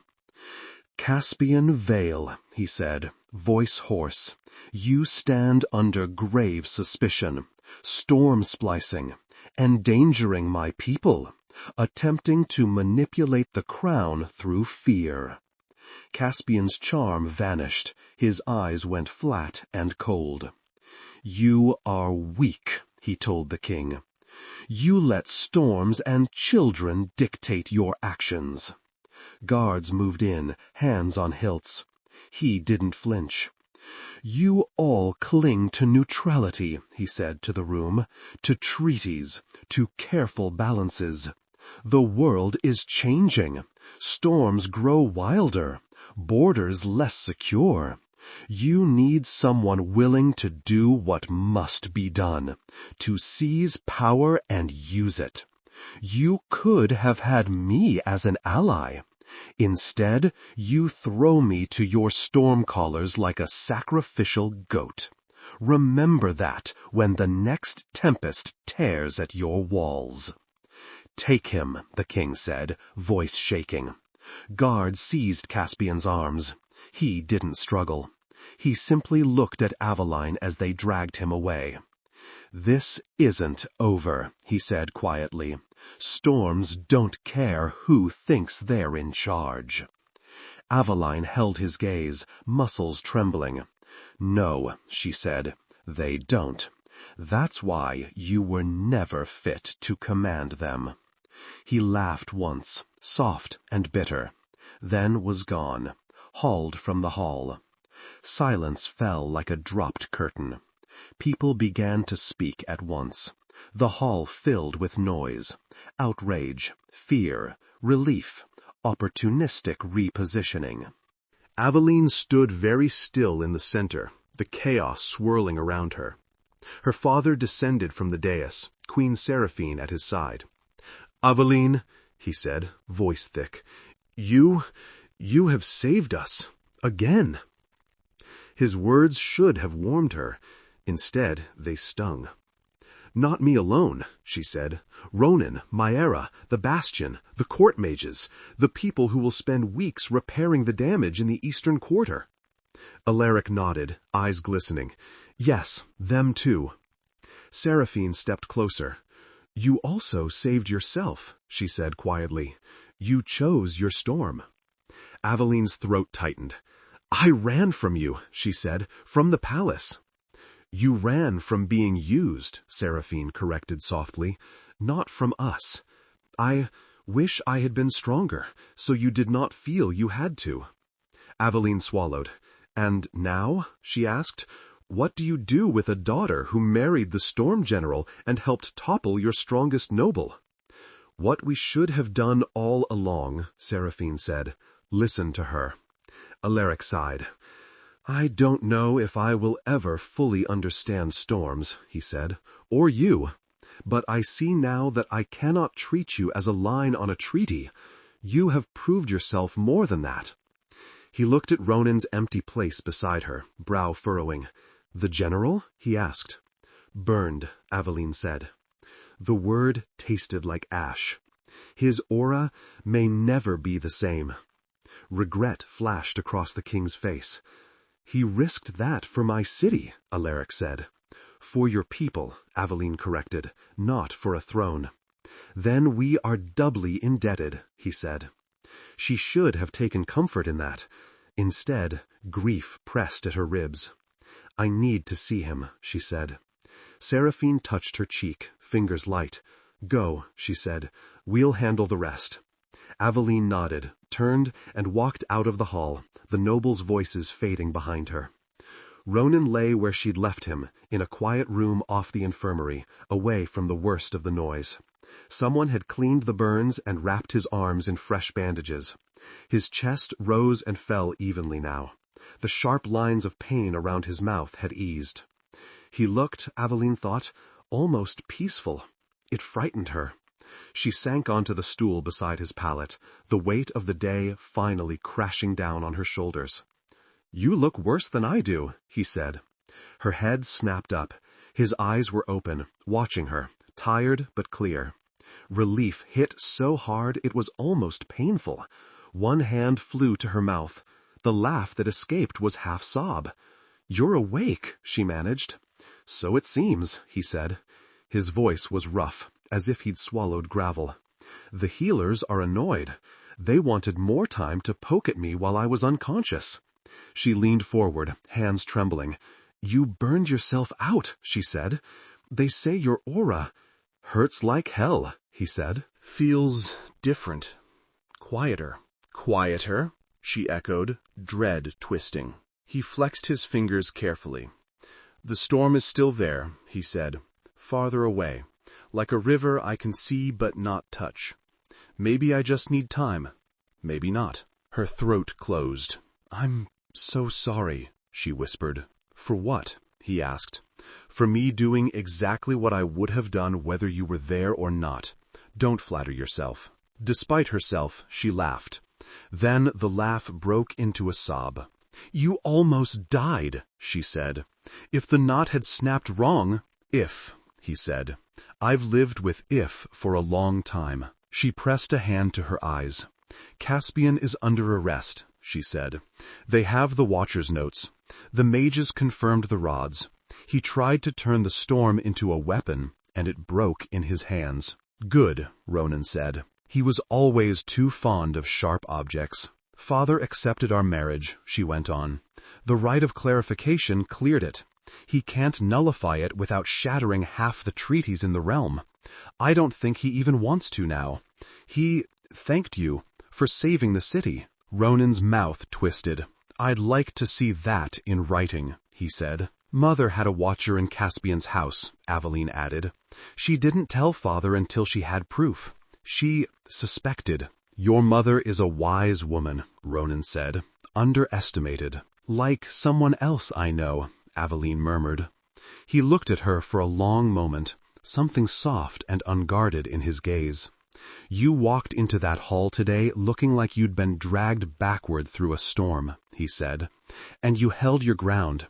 You turned their fear where it belonged. I heard." She flushed. "It wasn't just me." "No," he said, "but it needed to be you. They needed to see their princess no longer willing to be a piece." Her eyes prickled. She blinked hard. "I was terrified," she admitted. "So was I," he said. "Still am." "You?" she asked, surprised. "Yes," he said.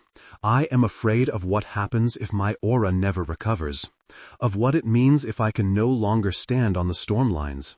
I am afraid of what happens if it does recover, and I go back to thinking I can hold every storm by myself." His mouth curved without humor. "And," he added quietly, "of how much I did not want to leave you in that tower." Her heartbeat stuttered. "Ronan," she said. He shifted, wincing, to sit up a little, the healer's bandages pulling. "Before this," he said, "it was easy to tell myself our marriage was a shield, a tool, something I did for the realm. It still is that. But it is also—" He exhaled, lips twisting as if the words tasted strange. "More," she swallowed, throat dry. "More, how?" she asked, though she knew. "I care if you live," he said. "Not in the abstract way I care about my sentinels. In a specific way. I think of you in the hall, in the yard, on the tower. I think of you on that cliff, insisting on standing with us instead of watching from behind a wall." He flexed his hand against the blanket. "When the storm lines went quiet where you should have been, I felt something break that had nothing to do with my channels." Tears blurred her vision. She let them fall. "I told myself," he went on, voice roughening, "that offering you marriage was a duty, that wanting you to take it was incidental. Today, as I lay there, listening to the healers argue about my aura, I realized I was less afraid of never touching the storm again than I was of waking to find you gone. Back to the palace, to safety, to someone else's side." "Never," she said fiercely. "I would never." "I know," he said, "now. But fear is rarely logical." She reached for his hand. He met her halfway, their fingers twining carefully around the bandages. "I care if you live," she said softly, "not as a symbol, not as a storm, as you. As the man who cut my hair with his eyes when he first saw me and decided I wasn't too fragile to be pushed. As the one who gave me a choice when no one else did.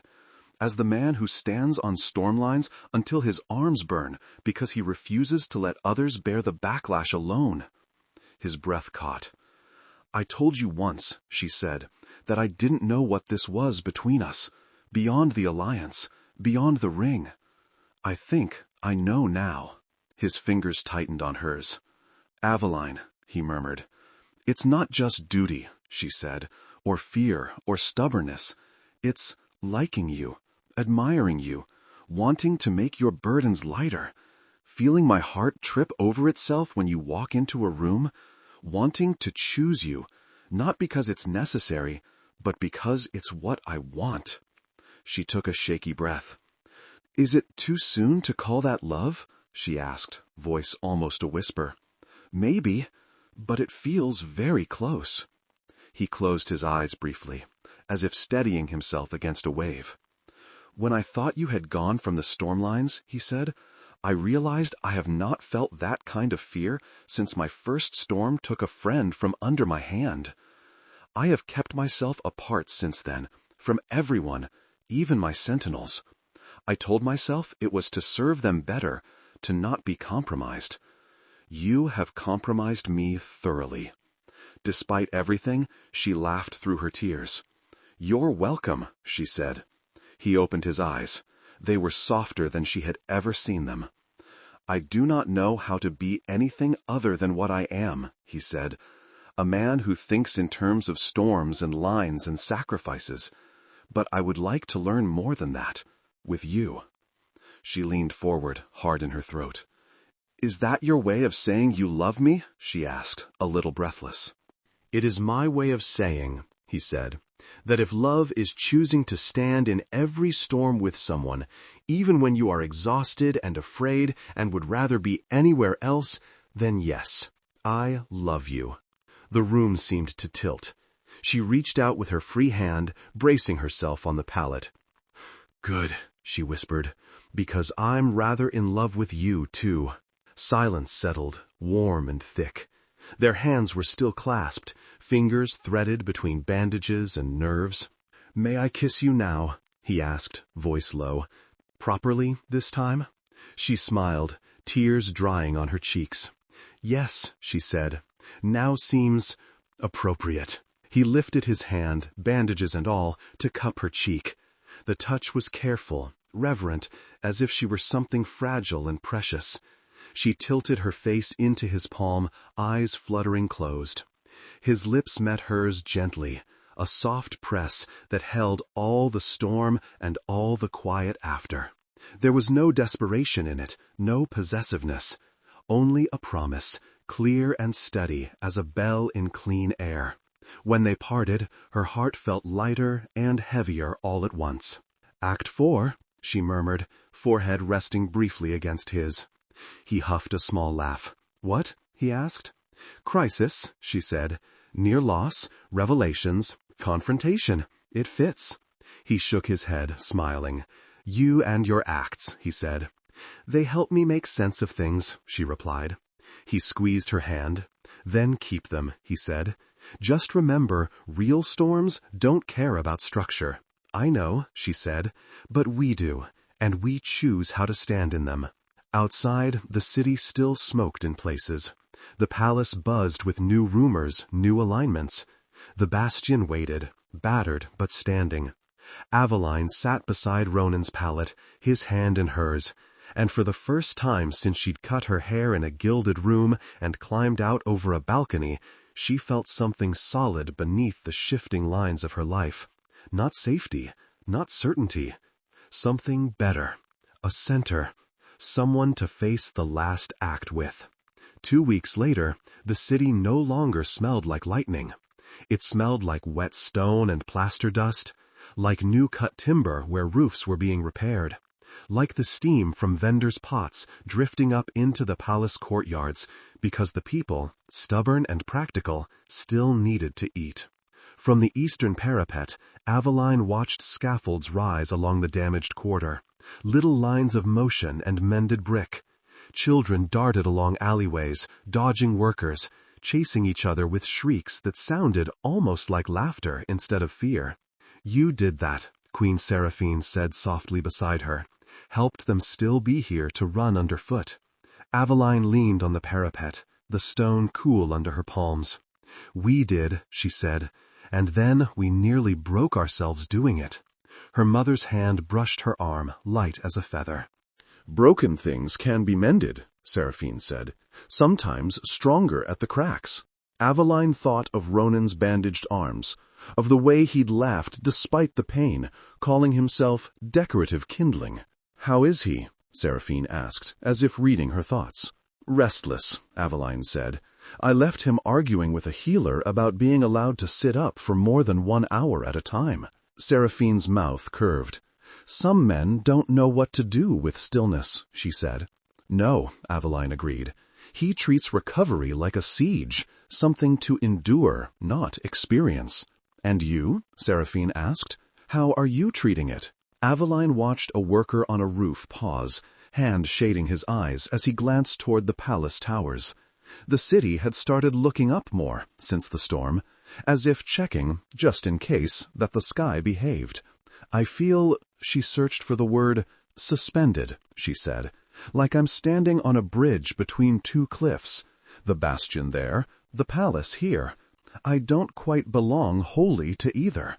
That may not be a bad thing, Seraphine said. Bridges are necessary, especially between people who have forgotten they share a shoreline. Aveline let that sink in. Father signed the charter, she said quietly, more statement than question. He did, Seraphine confirmed, with some grumbling and several long pauses.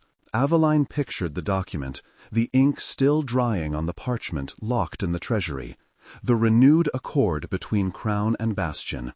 It formalized the Sentinels' independence, spelled out the line beyond which no noble, king included, could command their storms.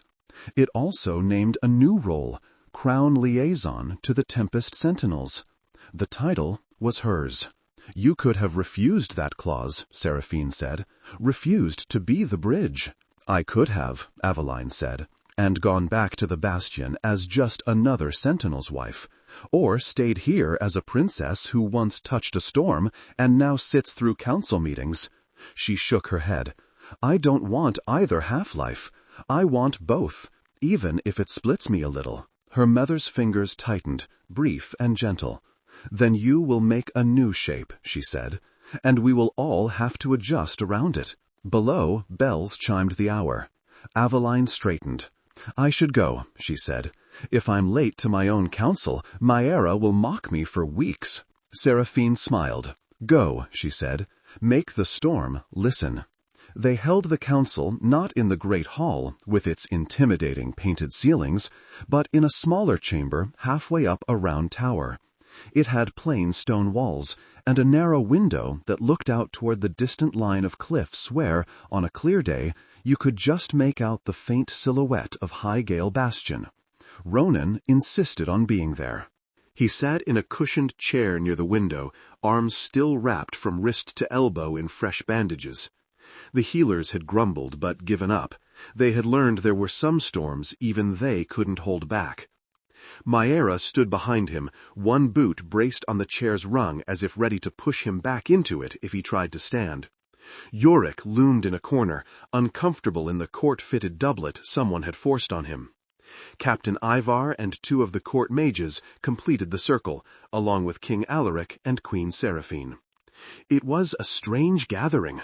Stormcallers, royals, soldiers, all in the same plain room. Aveline couldn't help thinking that if someone tossed a torch in, half the realm's stubbornness would go up in one blaze. Let us be brief, Alars said, rubbing his temple. My head has had enough storms for 1 month. We're not here to stir more, Aveline said, taking her place opposite Ronan. We're here to set the boundaries so no one like Vale can twist them again. She glanced at Ronan. He inclined his head for her to proceed. It warmed her, that trust. We've already agreed, she said, that splicing storm magic through rods will remain outlawed. That hasn't changed. But we can't just forbid and look away. We need to understand how it works, so we can recognize it, counter it. The Bastion has knowledge, so do your court mages. She looked at the lead mage, a stern woman called Feline. "We need those minds in the same room more often." Feline nodded reluctantly. "We've clung to our own methods too tightly," she said. "The Bastion treats storms like living things. We treat them like numbers. Perhaps combining those approaches will help." "Joint trainings," Maera said. "Once a season. We bring some of ours to the city. You send some of yours to the Bastion. Share techniques, stories, disaster tales. It'll be loud, but useful." "And we need watchers," Aveline added, "not just in noble houses, but on the roads, in the markets. People who know what a spliced rod feels like when it hums past them. Vale worked in shadow because no one knew what to look for. We won't make that mistake again." Alaric nodded. "We can authorize a small network," he said, "answerable to both Crown and Bastion. Trust will be difficult, but after recent events, there are many who will gladly keep a sharper eye on those who seek too much power." Jorik shifted his weight. "And what about consequences?" he asked. "Caspian's lot?" "His case will be heard publicly," Seraphine said. "He is too prominent a figure for anything else." Her mouth tightened. "We have enough evidence to strip him of titles and lands. There are arguments for execution. There are also arguments for exile." Aveline thought of Caspian, dragged from the hall in irons, still managing to look like the only one in control of his own story. "Kill him," Jorik said flatly. "No," Ronan said, surprising them. All eyes shifted to him. He sat straight now, no sign of the earlier weakness, though Aveline could feel the thinness of his aura like a draft. "We make a martyr," Ronan said. "His supporters would feast on it, claim he died for order and safety. We need something that removes his spear without giving them a banner." "What do you propose?" Alaric asked, wary. "Strip him," Ronan said, "of lands, title, storm access. Send him to one of the far observatories, not as a noble guest, as a bound observer. A life of watching the storms he wanted to command, recording them for people who no longer answer to him. No voice, no power, no audience." Maera's eyes glinted. "Cruel," she said approvingly. "I like it." "He will hate it more than death," Ronan said, "and his followers will have no glorious story to polish, only a man in a tower made small." Alaric considered. "There will be those who say it is too lenient," he said. "Then you remind them," Aveline said quietly, "that it is mercy to choose a life where he watches destruction instead of causes it." Her father looked at her, something like surprise and reluctant admiration in his gaze. "Very well," he said. "The sentence will be exile to the Northern Observatory, stripped of title and authority. He will live and die as a recorder of storms." Ronan inclined his head, accepting the judgment. Aveline let out a slow breath. One thread tied, however messily. "Then there remains the matter of you," Alaric said, turning to her and Ronan both. "Of your roles." Aveline's heart beat faster, though they discussed this, in whispers and half-formed plans, over the past days. "I will return to the Bastion," Ronan said before she could, "once the healers allow it. That is my place." "And if your aura never recovers?" Feline asked bluntly. His jaw tightened. "Then I will learn to command storms from the ground instead of the tower. I can still read patterns, give orders, train. The Bastion's strength is not only in my channels." "That's true," Maera said, annoyingly. Feline tilted her head, studying him. "There are techniques," she said slowly, "for channeling through others. Carefully, limited. If your aura cannot bear direct strain, you might still direct through shared lines." He raised a brow. "You propose turning me into a conductor, not a lightning rod." "If you like metaphors," Feline said dryly. "You would no longer be the storm's spear, but you could be its hand." "We'll explore it," Maera said quickly, "after he's done pretending he doesn't need sleep." Aveline laid her palm flat on the table. "And I will divide my time," she said, "between the palace and the bastion. I'll serve as liaison, as the charter states. When storms threaten, I will be wherever I'm needed most. When politics threaten, I will be here, reminding both sides what the other looks like." "You will be pulled in 2 directions," Alaric said. "Have you considered the strain?" She thought of the rope in her hands the night she'd fled, of the storm lines under her fingers now. "Yes," she said, "but I think I was always pulled in 2 directions, between duty and self, between obedience and survival. This is at least a pull I chose, and one that might keep others from being torn apart." Seraphine smiled faintly. "You are your mother's daughter," she said. "And mine," Alaric said, straightening a little. "I was too quick to hand you over as a piece. I will try not to make that mistake again. Stay as long as you need, then go where you must. We will keep your room ready." The thought of her old room waiting, polished and empty, made Aveline oddly sad. "I don't know how often I'll need it," she admitted. "You'll need it," Seraphine said, "if only to remember where you came from." Aveline glanced at Ronan. His gaze met hers, steady, a question and an answer both. "Then we have a plan," she said. "For now," Ronan murmured. "For now," she agreed. They left the capital under clear skies this time. As their small party rode out, people gathered again along the streets. Some watched with wary eyes. Others nodded. A few even raised hands in something like salute. A child perched on a crate shouted, "Lady Storm!" and waved a scrap of cloth tied to a stick. The makeshift banner bore a shaky spiral drawn in blue. Aveline's throat tightened. She lifted her hand and waved back. "You're collecting titles," Maera observed as they passed under the gate. "Princess, liaison, Lady Storm." "And wife," Jorik added. "Don't forget that one. He'd get sulky." Ronan snorted softly. "I do not sulk," he said. "You brood," Maera said, "which is just sulking with better posture." Ronan shot her a look. Aveline laughed, the sound carrying on the morning wind. They rode through fields already sprouting green, the first of spring's new growth stubborn under the winter's last bite. The world felt open for the first time.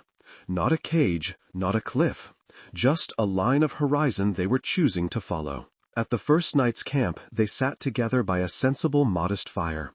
Ronan held his hands near the flames, watching the heat with an expression Aveline couldn't read at first. "Does it hurt?" she asked quietly. "Your arms?" "Yes," he said. "Less than before." "And the storm?" she asked. "Do you still feel it?" He stared into the embers. "It's quieter," he repeated. "Like I said in the city. But not gone. It's there when the wind shifts, when thunder rolls. Not inside me, exactly.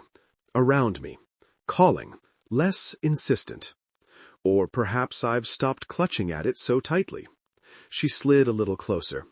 "Is that worse?" she asked. "Or better?" He considered. "Different," he said finally. "I don't know yet. I've spent so long measuring myself by how much I could hold, how much I could endure. Perhaps being forced to measure by other things will be useful." "Like how many ridiculous titles your wife acquires?" Aveline suggested. He smiled, faint but real. "That, yes." She hesitated, then rested her head against his shoulder, mindful of the bandages. He did not flinch.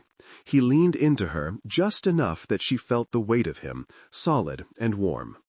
"We'll figure it out," she said. "Storms, titles, bridges, all of it." "We?" he asked. "We," she repeated firmly. His hand found hers under the cover of his cloak. Their fingers threaded together, the steel bands on their left hands cool where they touched. "Good," he said. Highgale Bastion smelled the same when they rode through its gates. Salt and stone, oil and leather, the faint metallic tang of old lightning embedded in the walls. It looked a little different. New scorch marks marred some of the stones. A section of parapet had been rebuilt in paler rock. The gate's mechanisms gleamed from freshly replaced parts. Sentinels lined the walls as they had when the pair had departed, but this time their expressions held something beyond curiosity, There was pride there, relief, expectation. Rena was the first to reach them, barreling through the crowd with very little regard for dignity. "You're late," she told Aveline, grabbing her in a fierce hug that nearly knocked her off her feet. "I had bets on whether you'd manage to break the palace before you came back." "We only cracked it," Aveline said, hugging back. The wooden spiral Jorik had given her dug into her side where it lay in her pocket. She welcomed the solid reminder of this place. Thomas hobbled up on a crutch, leg in a splint. "We heard," he said, eyes wide.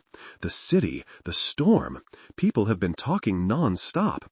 Some of them even say you made the queen cry."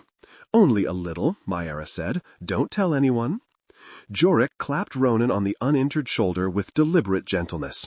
"You look awful," he said gruffly. "Good. Means you've been doing something interesting." Ronan's mouth curved. "Hold together while I was gone?" he asked. "Barely," Jorik said. "Rena yelled at everyone. I was forced to eat vegetables. It was chaos." Rena elbowed him. "Liar," she said. Then she sobered, looking at Ronan's wrapped arms. "You going to be able to stand on the tower again?" she asked.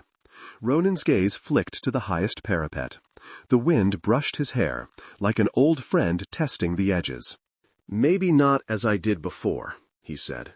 "But I'll be up there, one way or another." "And me with him," Aveline said. Rena grinned. "Of course," she said. "Lady Storm doesn't stay on the ground." "Stop calling her that," Jorik muttered. "It'll go to her head." "It's already there," Maera said cheerfully. "But she wears it well." Aveline shook her head, smiling. Something inside her that had been held tight loosened. Home, she thought. One of them. They carved the names into the memorial wall 3 days after their return. The wall stood in a quiet courtyard on the bastion's western side, sheltered from the worst of the winds. Names marched along its stone surface in neat, shallow lines, each accompanied by a small spiral. 7 new names now joined the older ones. Thomas balanced awkwardly on his good leg, chisel in hand, as he painstakingly carved each letter under Jorik's watchful eye. "Steady," Jorik murmured. "Last thing we need is you writing Thomas and confusing future historians." The small knot of assembled sentinels chuckled, tension easing. Rena passed around cups of watered ale. Maera leaned against the wall, arms folded, expression unusually soft. Ronan stood with Aveline near the center, his bandaged arms resting loosely at his sides. He hated it. Aveline knew because she saw the way his jaw clenched whenever someone fussed. She also knew he was trying, in his own stubborn way, to accept it. When Thomas finished the last name, silence fell. The wind whispered over stone, ruffling cloaks. Ronan stepped forward. "We remember them," he said simply. No speech, no elaborate eulogies, just the plain words that carried weight in a place where storms did not leave time for florid farewells. "We remember," the bastion echo answered, voices low. Aveline traced one of the new names with her fingertips. The stone was rough, the grooves shallow, but permanent. "We remember," she murmured. Later, as the others drifted away to training or duty or quiet corners to sit with their thoughts, Aveline lingered by the wall. "You're thinking too loudly," Ronan said, coming to stand beside her. "How can you tell?" she asked. "You get a crease," he said, tapping lightly between her brows with one bandaged fingertip. "Right there," she huffed. "I have a lot to think about," she said. "Such as?" he asked. She thought of the capital, of her father's weary smile, her mother's steady gaze, of Caspian already on his way to the cold northern observatory, the storms he had tried to command, now his only company. "Such as," she said. "There will be more councils, more arguments about splicing and charters and responsibilities." The town near the bastion wants compensation for the damage Vale's men did on the western road. There's a storm festival in the southern provinces that wants a sentinel representative. My father suggested we attend as honored guests. "Honored targets," Ronan said dryly. "That too," she said.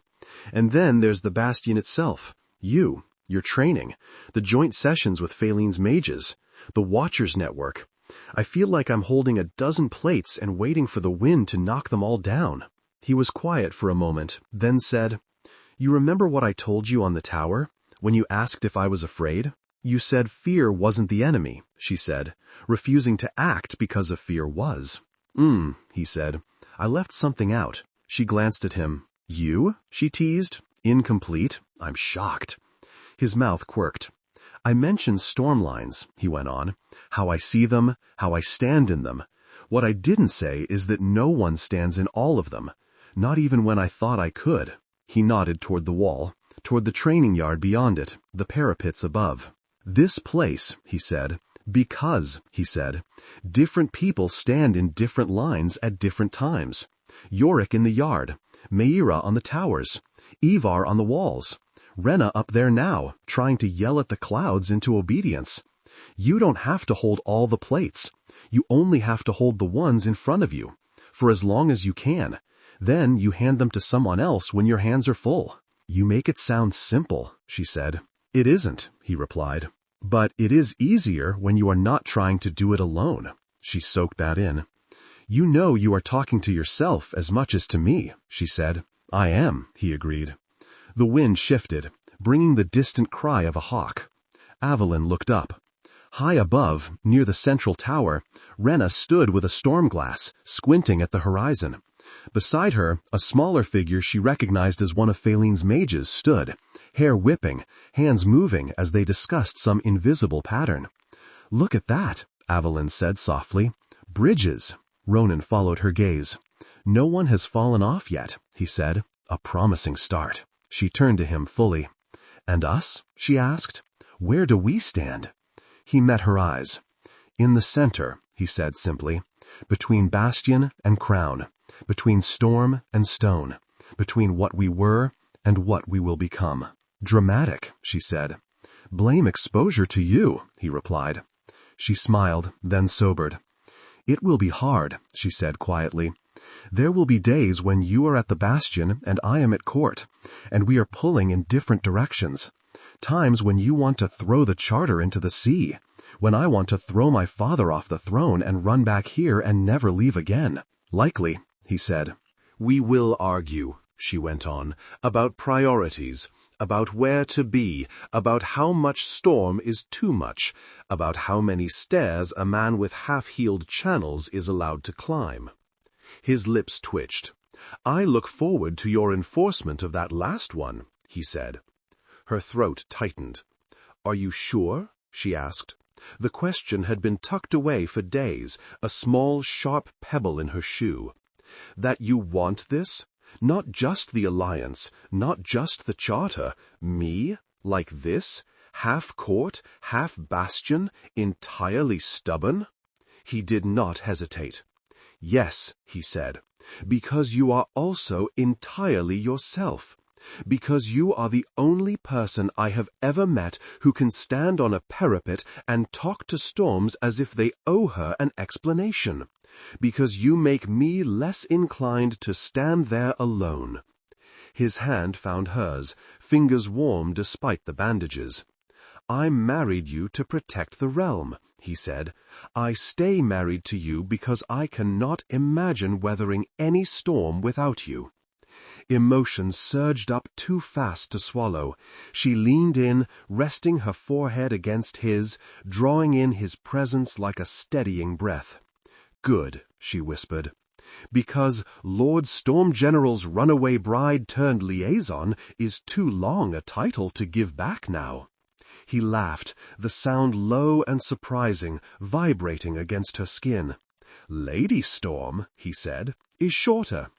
I suppose I can live with that, she said, as long as you remember you're not the only Storm General in this marriage. Noted, he murmured. He kissed her then, a little less tentative than in the infirmary, a little more sure. It was still careful. He adjusted when she winced as his bandaged arm brushed her side, but there was more heat in it now, more promise. When they parted, the sky above them had shifted from slate to a lighter gray. Clouds began to thin, patches of blue peeking through. Storm coming, Mara called down from the parapet, cupping her hands around her mouth. Small one, training storm, who's on deck? Rena and the mages, Jorek shouted back. You stand down. Ronan opened his mouth. No, 3 voices said at once, Aveline, Mara, and Jorek. He closed his mouth. Aveline smiled up at Rena, then down at Ronan. For once, she said, we get to watch. Not for long, he said. The world won't let us sit idle forever. Good, she replied. I'd be bored. But for now. She tugged him gently toward the steps leading up to a lower parapet, one that the healers had deemed safe enough for short observation, supervised. They climbed slowly. The wind met them halfway, tugging at cloaks, whistling through stone gaps.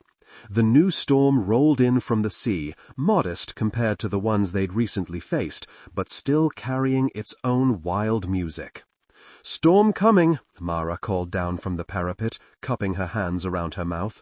Small one, training storm, who's on deck?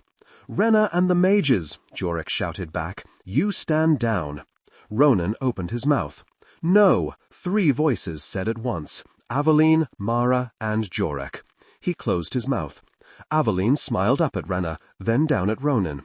For once, she said, we get to watch. Not for long, he said. The world won't let us sit idle forever. Good, she replied, but for now. She tugged him gently toward the steps leading up to a lower parapet, one that the healers had deemed safe enough for short observation, supervised. They climbed slowly. The wind met them halfway, tugging at cloaks, whistling through stone gaps. The new storm rolled in from the sea, modest compared to the ones they'd recently faced, but still carrying its own wild music. Rena and the court mage, Tamsin, Aveline remembered, stood on the higher tower, gesturing, laughing as a small bolt danced between 2 wardstones and fizzled harmlessly. Aveline leaned on the parapet, Ronan beside her, their shoulders almost touching. Act 5, she said softly. Resolution and emotional payoff? He asked, wry. Something like that, she said, but also not an ending. Just the part where you realize the story goes on. Different, but not done. He considered that, watching the storm. Then yes, he said, Act 5. The wind gusted, carrying the scent of rain and stone and distant fields. A thin line of lightning flickered far out at sea, more beautiful than threatening. Aveline closed her eyes and reached, not out, but through, the way Mayera had taught her. The storm brushed her awareness, curious and cool, no more inclined to obey than it had ever been. But it was there. Not enemy, not friend, just storm. We're ready, she whispered. Whether she spoke to the sky, to Ronan, or to herself, she wasn't entirely sure. Perhaps all 3. Beside her, his hand found hers again, fingers lacing in a grip that was neither desperate nor fearful, just steady. Together, they watched the storm roll over the bastion, not from opposite sides of a fight, not from a distance, but from the center of the life they had chosen. Not running, not hiding, standing.